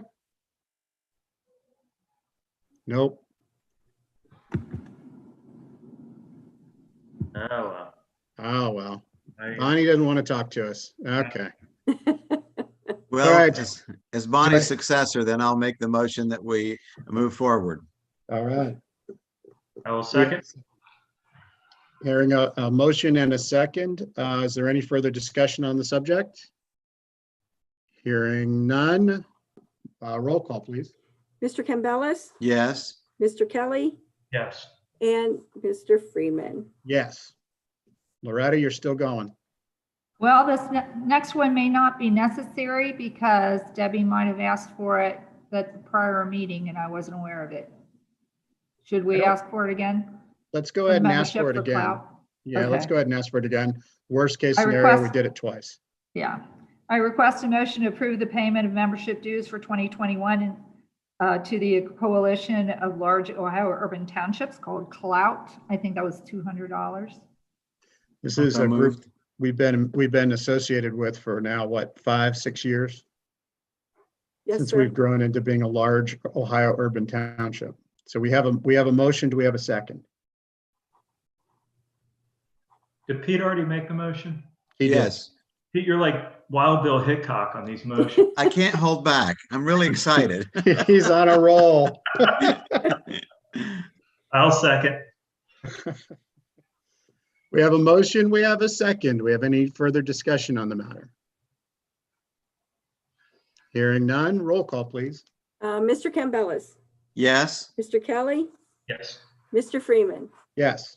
You know what? I just realized I got all misters I got to ask now. So I won't Oh. probably be calling anybody Mrs. I was just gonna say it. It shouldn't stop you. You can just go ahead and call us, one of us. a Mrs. Now I'll slip up. You will now. Yeah. So we The- did number the- 5. We took action on number 5 already, right, Loretta? Yes, you So- did. So we're moving down to number 6. Loretta, Yeah. rock and roll. So Debbie's disadvantage is that she doesn't have Bonnie's voice because she always knew it was different than the other two. Now you all sound alike. Yeah. So the next request I have is for a motion for resolution 2021-001, a resolution authorizing the Pierce Township Administrator to submit an application for funding to the Clermont County Park District 2021 Community Parks Improvement Grant Program. We had a lot of conversation at the last Parks meeting, and I know Doug Dressy is on the call today also about different park needs. We talked a lot about the needs in the Amelia Park, especially Grow Park, and we do have at least one proposal for playground equipment that's over $90,000. And we've also been talking over the last couple or more years about the ball field fencing, the fencing around the tennis courts and the basketball courts. So that had been over a $50,000 proposal. We're trying to get new proposals for the fencing. We at least had more than one contractor that we had proposals from before. This grant deadline is January the 26th, which means that we have very little time to be able to put together a bid spec for competitive bidding for anything that's really over $50,000, which is what would be required for the playground. So while we really are primed up and we want to make a commitment to grow park, we'll continue to have that discussion and look for ways to fund that in part or in whole. We really, I think the Parks Committee could be unmuted and speak to our desire to really handle that as one project rather than bits and pieces. And John also is involved in that conversation. So she put the pressure on me now. She said, unmute the committee. So now I have to find them. I see Randy. Randy, do you want to talk? Oop. I'm trying to unmute him. It's not working. Can only ask, Alan. Okay, Yeah. I just did too. He's open. He's open There now. we go. How's that? Yeah, I don't see Doug in the group. I'll unless ask him to unmute also. Okay. Yeah, there he is. I see him now. I just concur with what Loretta said. We had that discussion as a Parks Committee, and then You're fading. Loretta sent an email out as well. I think, Alan, that you were part of a meeting Can't with hear him. John. Randy, we can't hear you. You sound like you're on the other side of the world. All right, how's this? Much better. Hey, but while we're at it, just real quick, Randy, Loretta, please unmute Michelle, because she's also part of the committee as well. Oh, let's see. She may or may not want to talk, but I There we want to give go. her the opportunity. Michelle, are you there? I'm here. Excellent. All right, fire away, Randy. Okay, I was just saying we concurred with Loretta that the fencing would be the more applicable project for that grant because of the expense at Grow. But just so Renee and Tim know, we're working the Parks Committee. We'll keep pushing the issue on Grow Park in order to get something done there this year as well. Yeah, I'd like to see us put an investment into Grow Park this year as well. Yeah, I think part of the discussion and some follow-up emails from the Parks Committee meeting last week was, there's obviously interest in addressing the safety concerns with playground equipment at Grove Park, but with more interest in doing the whole thing instead of trying to just do a small piece, which is the only thing we'd be able to do with the amount available with the Clermont County Park grant, which is a $20,000 max, and also requires a 25% match if it's over $10,000. So we felt like, and I think John Kohler is working on getting revised proposals, more up-to-date proposals that we could pick off and at least get a start on the fence fabric replacement at the main park with this grant. To at least, some of the fencing that is exposed to closer to Locust Corner Road, at least get a portion of it done, with the smaller ground amount, and then pursue, the Grow Park amount with, funds as they become available with resolution of the township issue, but also other grant opportunities coming up later this year. Michelle? I agree with everything they say. And I think that if the money that you're going to get at the end of the whole dissolving thing, I think that if the residents that are here see that we're putting money back into the village, what used to be the village, that it's easier to swallow. Yeah. So when you talk about the lighting district and the trash and everything, so it's easier to swallow. Yeah, I tend to agree that those funds that have been accrued and are in that account, I think they should be invested inside of Amelia, and certainly the parks, and make the improvements that we need to make in the parks and on the roads. The infrastructure has to be, there's a lot of needs in the infrastructure, just roadways and that sort of thing. So I think that's that's really something we should focus on. I don't know when that's going to occur, but as soon as it does, I think that's something we need to lay out a strategy for how we're going to approach that. To the credit of Doug and Randy and that whole crew, I've looked at those drawings. Thank you for sending them, Randy, in some detail. And I think the residents of Pierce Township, and especially those of the former village, will be extremely proud to have, you know, just a portion of that. But that was fantastic. I think that'll be a tremendous improvement to that neighborhood. So good job once again on all that hard work. Those were fantastic conceptual drawings. Yeah, those were grant from DWA Associates, but it was nice to get those and see what their concept was anyway. Mm-hmm. I would say trying to build that park piece by piece is probably going to up our cost in labor tremendously because it's multiple trips out, it's everything. So. Yeah, I'd like to hit it all at once. I'd like to hit it all at once and have a complete makeover and do it, you know, do it the right way. Mm-hmm. Agreed. Yep. Just like my preference would be on the fencing to get that all done at once. Well, it takes dollars. It sure does, doesn't it?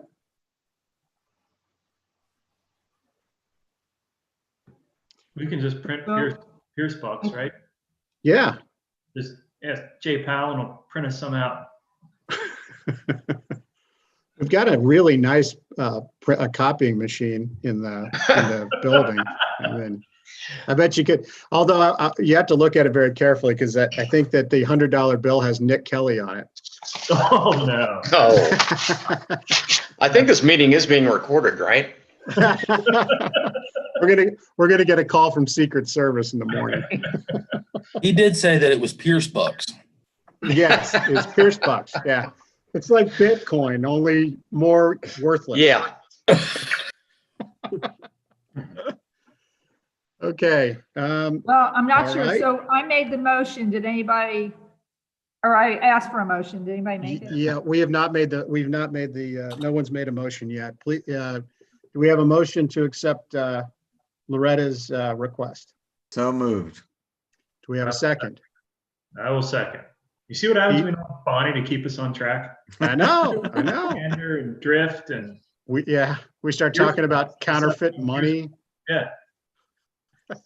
So we have a motion made by Pete and a second by Nick Kelly.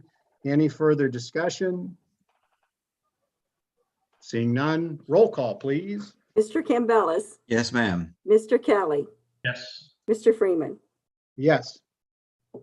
And Loretta, you're number 7 as well. Okay, so I request a motion for resolution 2021-002, resolution authorizing the administrator to compensate property owners for Bradbury Road easements and complete agreements related thereto. So we have several property owners. I think there's 4.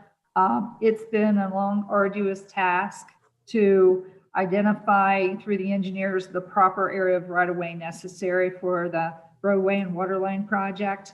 We finally had those validated by the engineer's office. They had to go to the commissioner's office. And now that it's all nailed down, it meets the areas that we've negotiated with the property owners. So I need to be able to finalize those memorandums and be able to record the documents and make the payments for the easements that were necessary for the project. The bid advertisement will probably be prepared sometime this month to begin that advertisement and hopefully be under construction in the spring. Okay. Do we have a motion? So moved. Man, he's going for the full, I mean. We're almost there. He's almost, wow. I can't even score points. One motion. I made that motion. I was first. Slip Debbie some Pierce bucks and she'll get it changed for the minutes. So we've got a motion and a second. Any discussion? Hearing none. Roll call, please. Mr. Campbell, Yes. Mr. Kelly, Yes. and Mr. Freeman. Yes. Thank you. All right, we're going to move on to other business. Loretta, would you like to discuss the enterprise zone, please? Yes, well, I will initiate the discussion, and Eddie has learned a lot and he's going to take this project forward. But Trustee Freeman will recall when we worked with the county back in 2018 in order to have Way back in 2018. back in 2018, we had Pierce Township recognized by the county and the state to have the whole township in the enterprise zone program, which is a tax abatement program for eligible projects to be considered to provide an incentive. So we discovered that there may be new projects to be considered in the territory that's been added from Amelia. That is not automatically added to our enterprise zone territory on the map. So it needs to be recertified, and Eddie's going to clarify, but we believe that we might as well just do the whole of the township new boundaries rather than just adding on the piece that's Amelia. Eddie, do you want to speak to that?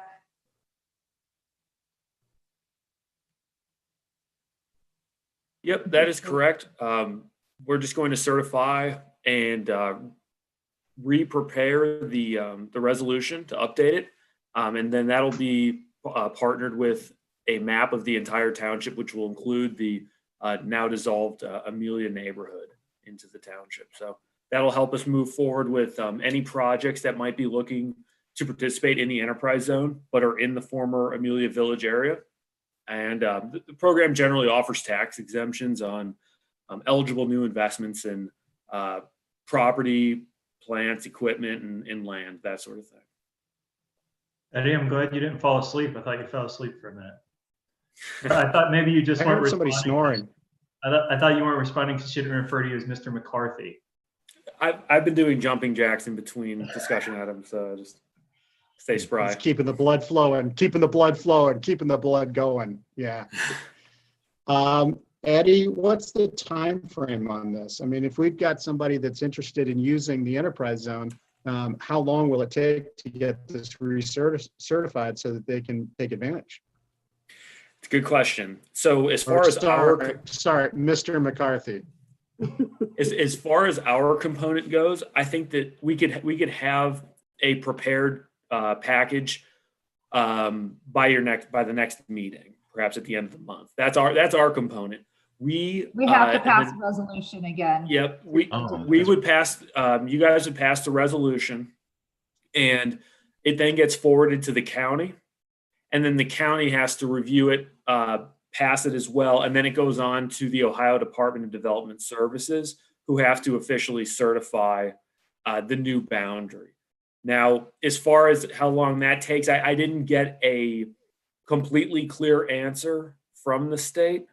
I got it. It was a couple weeks. I think it might depend more on their work caseload than anything else.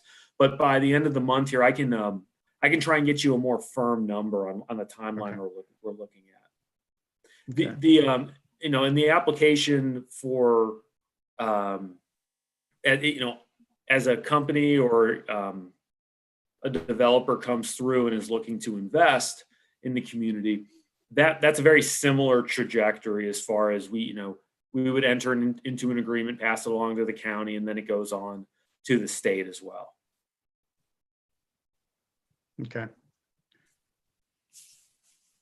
So if we have a resolution, I thought since we already have a special meeting that we're going to need to schedule for the public hearing, we could add other business to that agenda. So perhaps by the end of this month, we'll be able to have that resolution so that we can get it started at the county level, because it's going to take a little time to get it through their process and up to the state, just to have the program in place so that the applicant can use it. So when did you repeat that for me again? I don't know that I caught all that. So you think a resolution I hope prepared it's on January 27th meeting agenda because you're going to need to have a special meeting on January the 27th for the public Yeah. hearing. Right. That we can add other business to that agenda. And hopefully this resolution can be ready to be added to that for action. Okay. But anything we do then still has to go to the county because the county commissioners have to have it on their agenda and they have to pass it to go to the state to recertify the Right. Right. boundaries first. And we can't receive any applications until after that happens. Right. Right. Okay. Well, the sooner we can get that rolling, the better off we'd all be. So let's, I mean, I'm comfortable shooting for the 27th if Mr. McCarthy can make that happen. You got it. I'm on it. Okay. Anything else on the subject, Loretta? Or Mr. That one, McCarthy? but, you know, as far as other business goes, we did talk about scheduling another special meeting for Yes. appropriations discussion. Yeah, Debbie, did you have a preference of dates? We've already got ourselves scheduled for a special meeting on the 27th. The one thing that I am concerned about is the issue of, you know, the waste levy issue. So timing of this meeting is probably crucial to be thinking about when those tax requests go out. Or does it matter? Sooner couldn't hurt. Do, You see what I'm saying, Debbie? yeah, Go ahead. are you wanting to do a meeting next week? A special meeting next week or? Well, originally we were just going to go over, you know, that stuff we discussed in our meeting with right. our group. But I think this needs to be added to that agenda to talk about strategies on it. Okay. So, because we kind of talked about the first week of February, didn't we? that's what I was thinking too, but I don't know, is that too late, Debbie? No, I don't think so. No. Okay. I think the tax bills will be coming out sooner than that. No, they'll be coming out. We Real should be soon. getting them anytime. Yeah. Yeah, Because I think some people have already gotten theirs. they're due. Oh, I haven't got mine yet, Yeah. but they're due like like the 1st of February, somewhere around there. What's wrong with doing next week? What? Could we do a meeting next week? I can't hear you. Nick said, how about next week? We can. Monday, the office is closed. That's Martin Luther King Day. Can we do it early, like Wednesday at 10 o'clock or so? I've got an appointment that day, but Wednesday around 10? No, I can't do the 10th, and I can't do 10 on the 20th or on the 21st. Okay. I could do the 22nd. Friday, the 22nd? Yeah. Okay. I'm good with that. Okay. Pete? What time? 10 o'clock? On the 22nd? Yes, sir. Mm-hmm. Okay. All right. Okay. All systems go. Excellent. 10 o'clock okay with everybody? You know I like earlier. 9 o'clock? I like 9, but that's just me. Actually, I'm going to tell you I like 7:30, but that's just me. I'm not moving that fast. I know. Remember, I'm semi-retired. Yeah, here. I know. No, does 9 work for everybody or 9:30? I'm good with either one, whatever. 9:30. That'll be a stretch for me. You can't do 9:30? Probably not. Let's just Okay, do 10 o'clock it is. 10 o'clock? 10 o'clock it is. Thank you. You just got on her good list. Yes, you did. When you're knocking on the door to 70 here, guys, I don't move as fast as I used to. Can't believe it. Yeah, I find that hard to believe. What'd he say? He said he can't believe it. He was being nice. He was being nice. Okay, as long as he's being I was nice. being honest. It just so happened to be nice. Might not like it next time, something. All right, having said that, we've got that scheduled. So we move now to public comment, open floor discussion. Are we going to bring the resolution to that meeting too? Or are we still going to do that after the public hearing on the 27th? Is there, can we get it that fast? I mean, if we I can, don't let's do know. it then. When we prepare agendas, we'll just have to see what we have fast enough to do. Okay. And quite frankly, I think we're looking, are we doing a special meeting or a work session? I think there'll be special meetings. We tend to start with a work session, then we end up having other business creep in. So we might as well just do the notice that covers both. Yeah, might as well inoculate ourselves and just go ahead and do it. Okay. They're all special you- meetings because they're not on the same regular schedule that's been published. If Don't forget, you've I can got help. it by then, great. I can help get a resolution done anytime you want, as quick as you want. Okay. The county is the one who has to approve the language in this one because I the know. county prosecutor's office recommends it to the Right. commission. Right. Well, if we've got it, I mean, if it's available, then we'll do it then. If not, we'll hold it to the 27th. Right, so we've got the 22nd at 10 o'clock, and then we've got the 27th at 6:30 for public hearing, and then a special meeting following that after the public hearing. Or do you want to do the special meeting before the public hearing? I do the public hearing first. I think it's been advertised, right, Eddie? So That's okay, but do you want to do the special meeting before that? Well, you mean like an hour before it or something? Mm-hmm. Let's say after. Remind me what the 27th special meeting's about. Zoning. That's the transitional residential district. Okay, so then you just want to slide straight into a board meeting to approve it? Is that what you're saying? Yeah. Then we should do it after. Right. Okay. We do the public hearing from 6:30 to 7:30. We And could then move, we can't now. And then after that, then we move straight into the meeting. Got it. Because we can't have a meeting to approve a zoning change or to vote on a zoning recommendation Okey doke. before we have the actual public hearing. Right. That would be Yeah. very bad. That's That'd problematic. be very bad. Yes. That'd be a crisis mode. It'd Well, be a I'm constitutional guessing- crisis. We would certainly be looked at as though not thinking things through very well at that point. Correct. When we sat down for the first meeting, it wouldn't be good. We are drifting. Let's move on into the public comment section. We have a hand up. Loretta, unless you need something else, we're going to go to Denny Lucan. All right, is he? No, I'm struggling to get people unmuted now. Oh, there you go. Denny, you're up. Okay, thank you. First off, my name's Dennis Lucan. I live at 3600 Dunes Court. I want to welcome Mr. Campbellos to the board for his recent appointment. Thank you.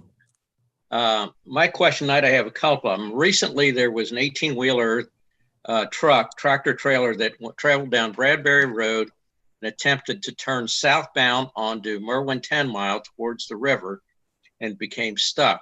And the road was shut down for several hours.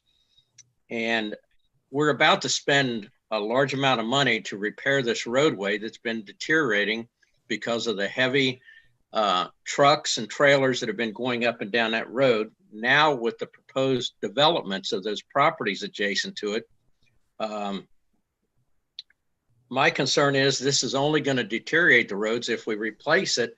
And if we don't put some type of restrictions, and I know we're limited on that through our powers as a township, that we need to open the lines of communication with Clermont County traffic engineering to put some type of restrictions on heavy traffic going up and down that road. Otherwise, we're going to be rebuilding that road again in the near future.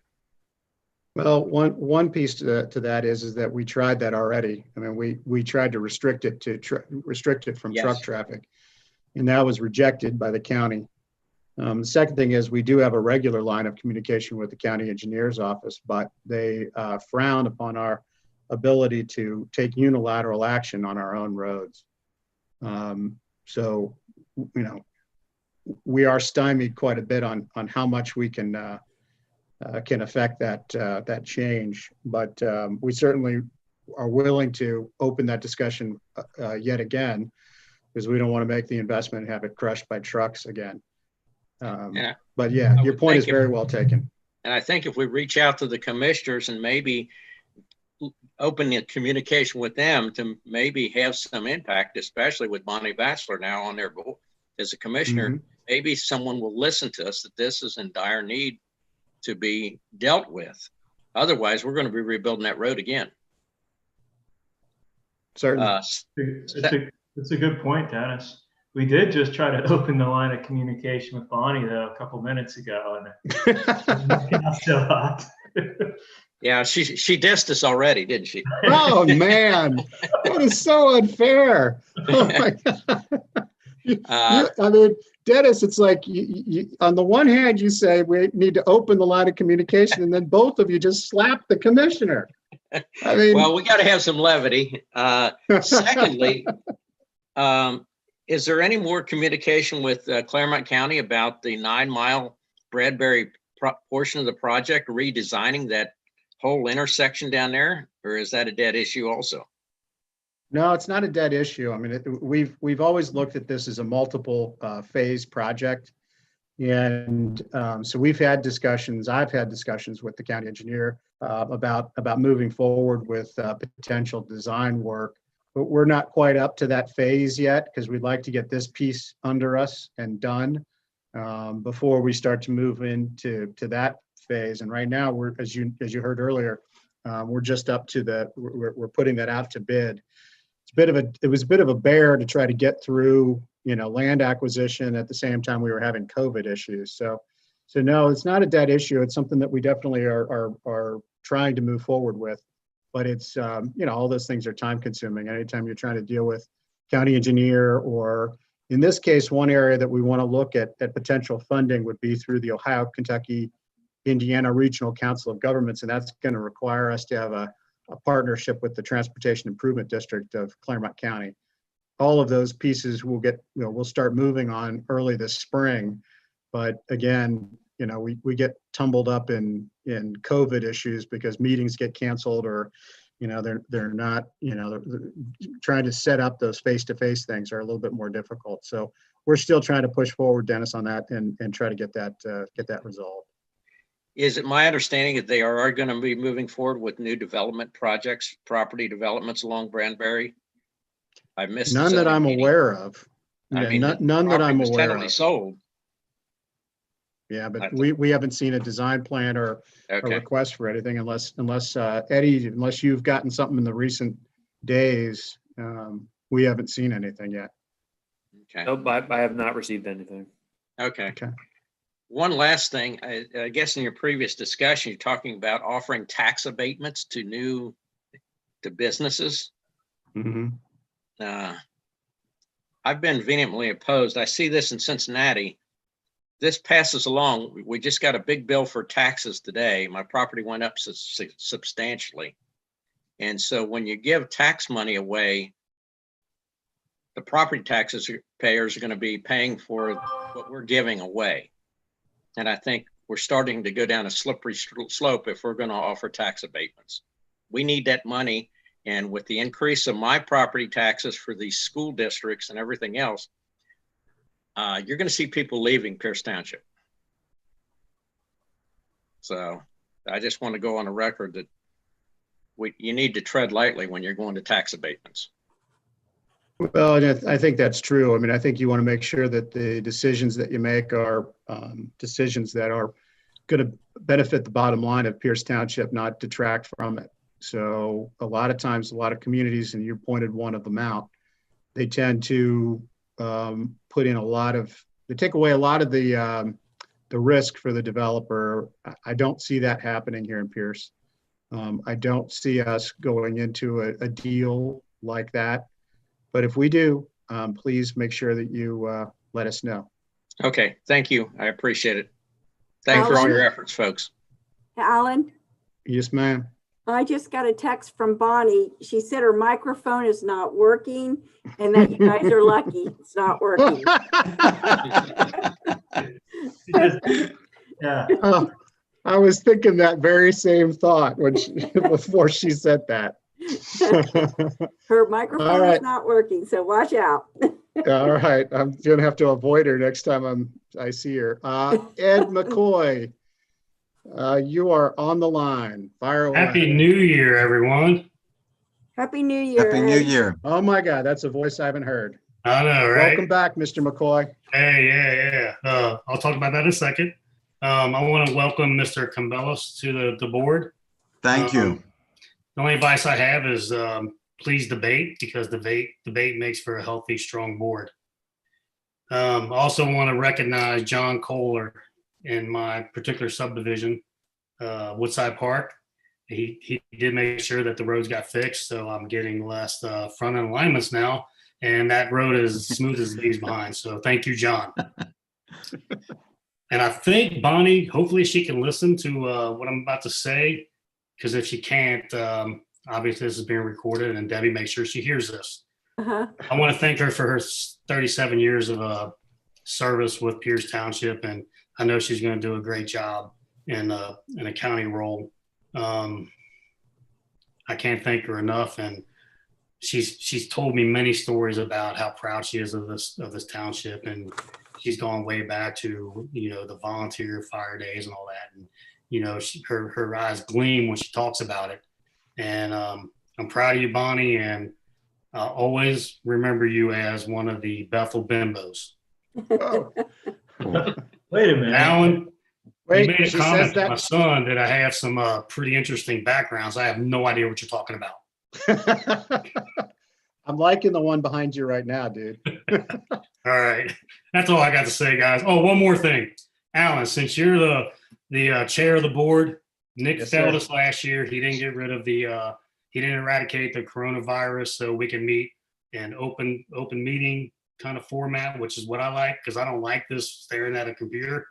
So in your administration as the chair, will you make sure you eradicate this virus so we can go back into open meetings? Thank you. I will do everything I can, sir. All right.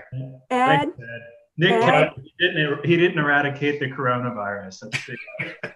Ed, Yeah. I want to let you know, Bonnie said to tell you thanks. All right. She can hear you. All right. Thanks Ed? for everything you do, guys. Appreciate it. I thank you, Ed. Ed, where's the flaming, you had that flaming skull or something one time. Where'd that go? Oh, I can bring that back up, buddy. You want to see that again? I'll bring that I back do. up. I do. It's like, you want a flaming skull? I'll get you a flaming skull. Get you one. There it is. Nice. I love it. Nice. I like it when it's coming out of my ears. Or we can go to this one. That. Oh, no, Ooh. do away with, no. All right. How about this one? That's, Yeah. I like that. We can one. all That was agree on behind- that. That was behind Connor earlier. All right. All right, we've got Renee Gerber. She's calling in. But I can't seem to unmute her. There it I is. unmute myself. Oh, there you go. Okay. I got a question real quick for Loretta that I think this was might have been on Tim's list, and since we got carried away. But is there any way that we can request to go through the house or the administration building with this? This is all the receipts we have for the stuff that's supposed to be in the house. And since nothing has been put up for auction yet that's in the house, I'd like to make sure that the stuff that's supposed to be in the house for auction is there and has not walked out of the building. Loretta? We got to unmute Loretta. Who muted me? It wasn't me. I didn't do mute it. it yourself. I would ask the trustees to give me direction on that. Batavia Township, since that building's on their side of the road, I also confer with the Dell on that sort of thing. So if it's a, you know, if you want to have a general walkthrough, I would say I would just ask my trustees to direct me to schedule a time to do that, and I would coordinate that with the Dell as well. Why not? Personally. I can do a records, you know, or whatever I need to do, like I normally do with. You just need to walk through. I think we just schedule a time to walk through. You know that we took some furniture. Right. Township has here. So, and the only other items that I'm aware of that moved were the historic items that were loaned by the Historical Society. So for instance, the violin went back. Yeah. I have Mr. Good. I'm glad to hear that. We were wondering what happened to those, because they should go back to where they belong. But, you know, we have, you know, a huge amount of receipts, and in the pictures that you all had sent us a while back, there was a lot of things we did not see. And granted, those pictures could not have been taken, or may not have been in the pictures, but, you know, as, you know, a custodian, you guys are now for the stuff that we paid for with our tax dollars. Again, we'd like to make sure that these items are there. And, you know, if you're going to ask Todd and them to verify, they can easily hide the receipts that we've already gotten through records requests. And, you know, I again, I think the residents would like that if we could do that. Right. I think it's only. Well, yeah. Let me know exactly who you would want to bring. I mean, I hope I'm not bringing 20 people through. No. I'm talking probably one or two. Probably me and Tim. Yeah, I was talking about probably me and Tim. That, you know, I have all the receipts. So, you know, I figure since Tim and I were elected that, you know, somebody can just do at least this much for us, so we can make sure that again, items didn't walk away. Yeah, and you know, it was very overwhelming the day that we walked through. I mean, I know Trustee Kelly was with me at the time, and you know, between Adele and I, we snapped some pictures just to get a sense of the circumstances. And but we're not familiar at all with what had been there before and what remains. There's a lot of dead plants, I can tell you that. That was $260. Not that I know that off the top of my head or anything. See, this is the stuff that lives up here. You know, this is it. But you know, I don't know when the auction is, and I guess my other question. Oh, we're nowhere near it. Right, we're nowhere near those.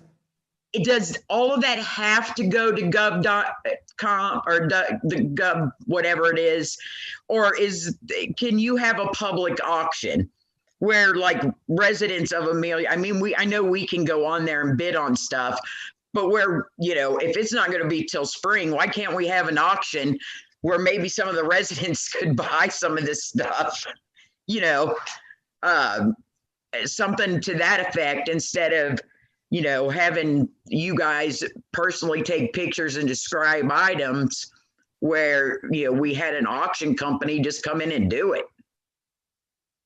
That would have to be a conversation that the trustees would have. Okay. Gov.deals has been validated as a legitimate process and procedure, but I mean, hiring an auctioneer, as long as we do the legal advertisement and such, as long as our law director says it's legal, if that's what we want to do, we could do that. It's probably a little more time consuming and tedious. And then an auctioneer is going to take a fee on top of it as well. I don't know if their fee is going to be higher or less than what we have to pay to gov.deals now, but we'd be passing on the gov.deals fee to the buyers. I can tell you, after dealing with all of the vehicles, gov.deals was hard because we couldn't answer any questions of anything because we didn't know the history of the vehicles.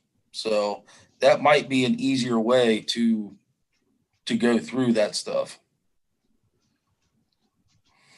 And it would Loretta? take, I would think it would take that off your plate, Loretta. I mean, if if Batavia and you could agree that, it's something that would be beneficial. I mean, even at a percentage, I know this stuff isn't going to go at what Todd paid for it, but there's antiques worth a lot of money in there.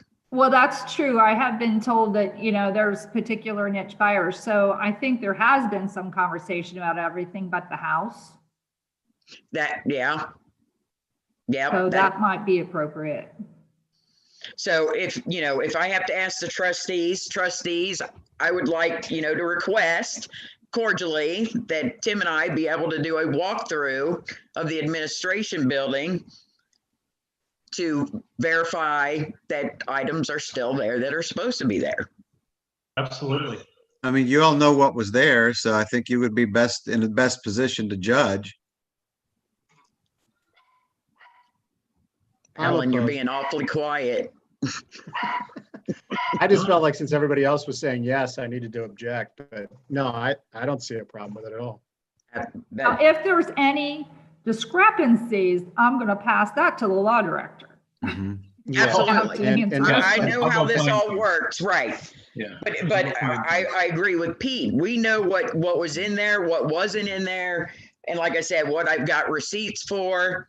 And, there was just some, after the whole reindeer fiasco, I don't doubt that anything would walk away. If the dude's going to steal the reindeer from the village, I don't put anything past him. Yeah, no, I have no objection. I think go right ahead. Work out a time with Loretta, and I guess Adele has to be looped into this too. So I don't know what level the Batavia trustees need to weigh in on this or not. But from our side, it sounds like it's a green light from the three of us.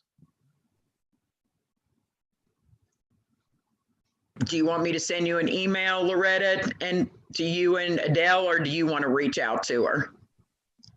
That would be fine if you send an email, and I will let her know as well. Okay, perfect. Can you give us a week or so? Oh, God, We've got these two special meetings to do. Tomorrow, 10 o'clock isn't good for you? I'm sorry.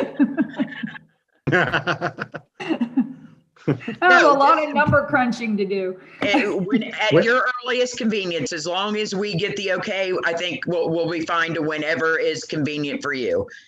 Otherwise, it should just be sitting there. Yeah. Yeah. Thank you, guys. Mm-hmm. Okay, so looking at the list of attendees, if there are no further comments. And I see no other hands raised. We can go to an adjournment if we'd like. I will make the motion. Now, Pete, you've done all of them. Wait, no, Pete's had everything all the way through. So I know he has. That's why I'm trying to get let him finish out strong. No. So I think Stan's trying to say something. Okay, go ahead, Stan. So do I. We got to unmute Stan. He can't virtually raise his hand. All right, I'm on it. Okay, I tried, but I can't do it either. I'm unmuted. There you go. There, he's up. He's up. You keep telling me there's a button that makes me raise my hand, but I can't find that damn button. Someone's going to have to point it out to me. I've looked for like 3 months now. I can't find it. I just have a question back on our favorite subject of Amelia. Earlier, you mentioned that there would be excess money that would be left over, and what would we do with it? My original understanding was that the Premier property had a TIF because we'd borrowed, I think off the top of my head was $2 million. And that $2 million when allocated across the properties was going to have, quote unquote, a negative effect. How come we're suddenly talking about excess money? Did I get that wrong? Or my other question would be, can I look at the schedule that shows the same question I've asked since November 2019. Here are the assets. Here's what's going to Batavia. Here's what's going to us. Here's the net value. Bingo. Is that available yet?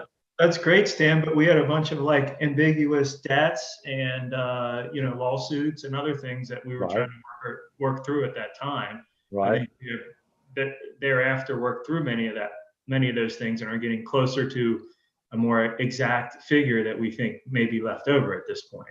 Okay, but the point you just said, you said left over. Originally, we were talking about a negative value after because of the $2 million cost of the Pummett property.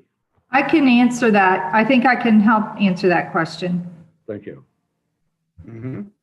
I could help answer that by pointing you actually even to the latest agenda. If you go to Amelia's website, which is back up, and you look at the council packet that they just had for this last meeting, you'll also see appropriations that have gone through, as well as the documentation that they've paid off that premier TIF. They closed the TIF and they paid all those bonds for the roadway. Okay. So that debt has been paid. When we started this conversation, none of us anticipated that the income tax would continue its collection for as long as it did. Okay. So it was a smaller margin when we were looking at being able to close out and stop that income tax by the end of June. Okay. But that income tax wasn't closed until the end of December. So the fund balances they're looking at now are, after they net out those outstanding debts, I think the only one that they weren't clear on the netting out of was whatever's going to be in the employee lawsuit settlement. Okay. Okay. They were estimating $1.2 million remaining, and that whatever remaining balance it is, it would be 65% to Pearson, 35% to. Okay. Okay. So Well, Todd's and got there's that another- posted on his website, has he? On the Amelia website. It's on the Amelia website. If you look at last night's meeting packet that they had, it has appropriations in there as well. Okay. And Bill Gilpin's report. Okay. Okay. The other thing, sorry, Nick, go ahead. No, go ahead. No, Nick, go. Oh, absolutely. The other general taxes that went on all year, in addition to, so we didn't know the duration of this transition process at the time. We didn't know it was going to continue for a full year. We were hopefully optimistic. The other thing too, Stan, and we discussed this several months back, we were hoping that this would happen, but they, like us, had several siloed accounts for police and other expenditures. The state of Ohio folded all of those together so that they could pay off the debts early. Right. So that was all taken care of by the state auditor's office to fold all those silos into one. And so that's how they paid down the debts, largely paid down those debts. They'll do one last audit. They're finishing that. They're working on that right now, I think, Loretta. Is that correct? And then once that audit is complete, then basically whatever is still left on the books as far as, debt, and well, there can't be any debt when they close the doors. So any revenue that's still, available will be split up 65-35 to Pearson, Batavia. Okay. Okay. So that's where those funds will come from. I'd love to, Stan, I'd love to have been able to show you, the kind of accounting that you're used to, but this was bizarre. And it followed. Is there something that shows the distribution of assets? Here's what's on that side of the road. Batavia had it. Here's what's on our side of the road. We got it. Here's the 3 trucks that are still lurking around down at the back of the police station. Is that? I mean, they should just be columns straight up and down. I mean, it should be fundamentally simple. Should be, but there really isn't. So they basically split up the assets 65-35. So when, like for instance, the city hall, when it gets sold, that's split up 65-35. Yep. The 2 acres across the street, the 2 acres across the street from the library that belongs to Pierce Township, well, now belongs to Pierce Township. That'll be split up 65-35 if it gets sold. So again, I mean, that's the way they approached it. State auditor's office approached it. So the silos aren't really there. Okay. Okay. Fair enough. Thanks. Thanks, guys. Yeah, we didn't make the rules. We just had to live by them. Right, yeah, for a year and a half, right, yeah. Uh-huh. Okay, Thank you, sir. thank you. All right. So that said, is there anybody else out there?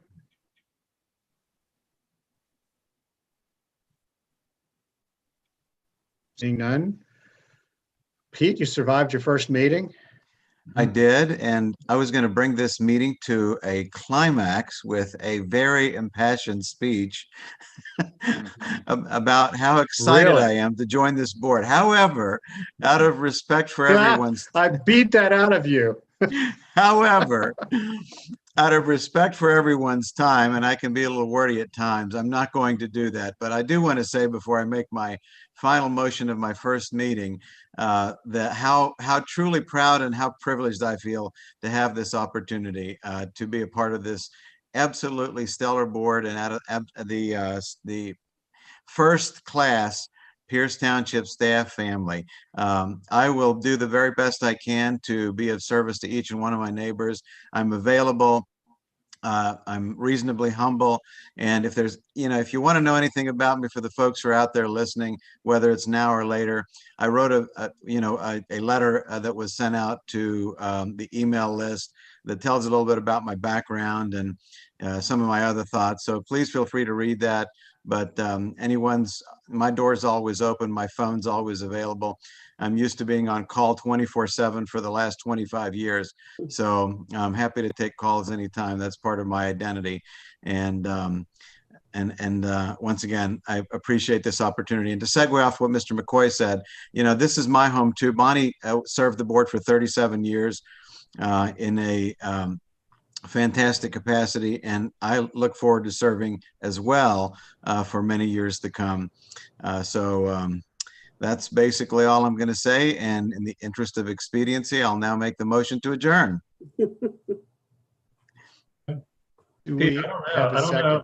don't know if we can head on. I don't know. I mean, it's a great board and all, but you're going to have to quit BSing us if you want to be a part of this group. I'll rethink my strategy, Nick. just rethink your opinion of Alan and I, or it'll change over time. Okay, good enough.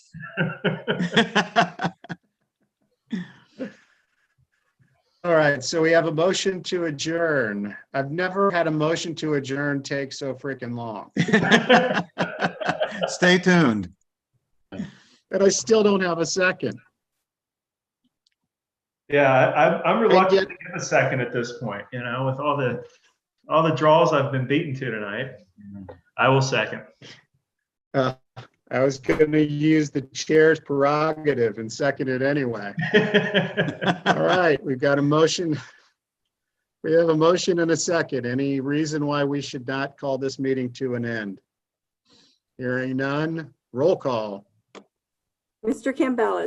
Yes. Mr. Kelly. Yes. Mr. Freeman. Yes, ma'am. Yes, ma'am. Can you hear me? Thank you. Arrivederci. 2 thumbs up. See y'all. Bye. Until the 22nd or the 20, whatever. Right. Adios. Thank you, guys. Thank you for everybody that attended, and we'll be more succinct next time. Okay. Good night. Good Good night. night. New Year. Good night, John Boy. Yeah. Good night.